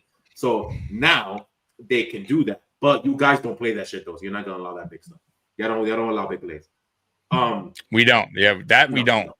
We don't. So you'll be fine about that. You got to circle B, John Robinson and Tyler Algier. You get those guys down, then you should be perfectly fine in this game. Those guys have to be slowed down. They have a nice little pass rush in Atlanta now with the new kids that they've drafted over the years. You guys have the offensive line to combat that though. I think you'll be fine. We do. You should got a top 5 game. 27-21 is my score. They're going to keep it a bit close for a while. I like it. I like that. I like that score. You guys are the better team. You guys are the vets. You'll be fine, and you need to. I won't go as far as to say need, because you don't need it technically. But in terms of the bigger picture, which you've been painting the entire show, you do want this win very, very badly. I do agree with you 100%. Yeah. Go into the bye week up high. You took care of business on the road. Yeah. Go fix what the fuck you got to fix in the next exactly. week. Watch the film. Right. Watch the film. Call some teams. Yeah. Call some of the losers. Say, what do you got for sale? That's it, right? Like we're buyers, we're winning, right?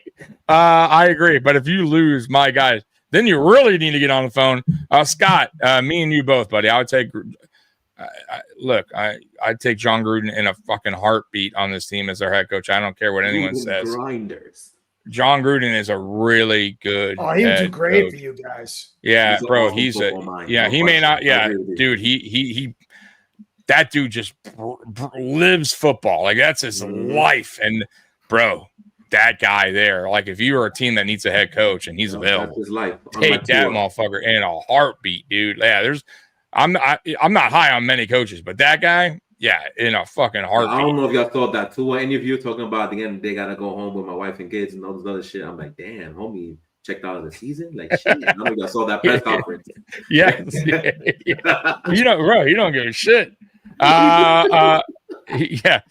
Curtis, what you got, man, for this game? Then we'll wrap it up.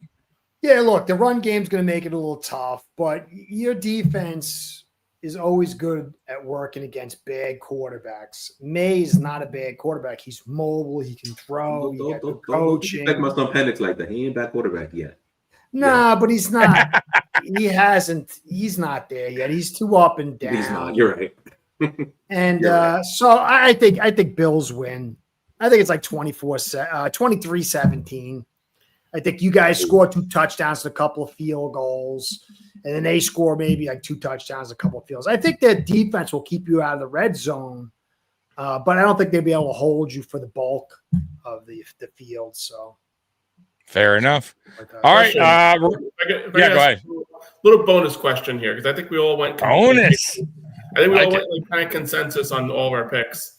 So maybe a little extra like flavor to this. Out of the 4 games, I think we all kind of leaned one team or the other. Which game do you think has the potential for an upset? Highest potential for an upset out of the 4 games? It would probably be my game, to be honest with you. That's actually where I lean too. Yeah, it'd probably be because I just don't see the Saints. They just don't have enough, and their quarterbacks. Penix is way better than Rattler. Their defense is way better than the Saints defense, right? They're actually currently number 1. So yeah, and they got a good run game. So they have things that could potentially pull off the reasons why they could pull off the upset. That's a tough question, bro. It's actually racking my brain. Every game is it bad to me to say that the game that has the least potential is the Dolphins game? The Chargers are favorite. I would say the Jets. I don't know why. I would say the Jets. It's more, because they're in London. It's the reason why I get it. I get it. See it happening. I get it. I'm just going with I'm just going with the better opposing team. Yeah, you're going. I hear you. Yeah. So out of the losing teams, I'm a pessimist. I'm picking my game. I'm pessimist. Is it okay? I don't blame you. I mean, you guys. Who do you got? Who do you got? You said the Bills, Falcons, right, Anthony? That's yours. I said the Bills. Bills game. I can see being the one. Okay. What about you, Yeah, Curtis? that sounds fair. Okay. All right. Let's get to the Real Men of Genius, and we're out of here. This is a long podcast. It was fun though. This was more of a therapy session. It was a big week. A lot happened. A therapy session we had. Yeah, it was. All right. Let's get to this last video, guys, and we're gonna get out of here. Bud Light presents Real Men of Genius. Real Men of Genius. Today we salute you, Mr. Horrible Injury Videotaper. Mr. Horrible Injury Videotaper. Like lemonade from lemons, you take human suffering and squeeze it into sweet internet hilarity. I think I broke my fibula. It takes a big man to jump off the roof of his garage, but it takes an even bigger man to get it all on tape. Keep on rolling. Your head tells you to call the paramedics, but your heart tells you to zoom in and try not to shake the camera when you laugh. Oh, tell me you got that. So crack open an ice cold Bud Light, Mr. Horrible Injury Videotaper, because someday we'll all look back on this and laugh. And that day is today. Mr. Horrible Injury Videotaper. But It's so true. That's funny. That's my favorite one so far. Yeah, That's a good one. Anyways, guys, it was a blast today. Had a great time with you guys. People in the chat, appreciate you guys rocking with us Oh, they killed it, today. as usual. Yeah, y'all killed it, man. We'll be back next Saturday, same time, same place at 12 o'clock. We're out of here. Go Bills. Peace. JTS. Jets. There. And that's why he's silent profiling. Let's go. That's why he's silent profiling. There Bye-bye. See, Peter, he's too fast. You gotta tackle me. It's B. You gotta press B. I'm pressing B. He's too fast. Going over here? Going over here now? Never get tired.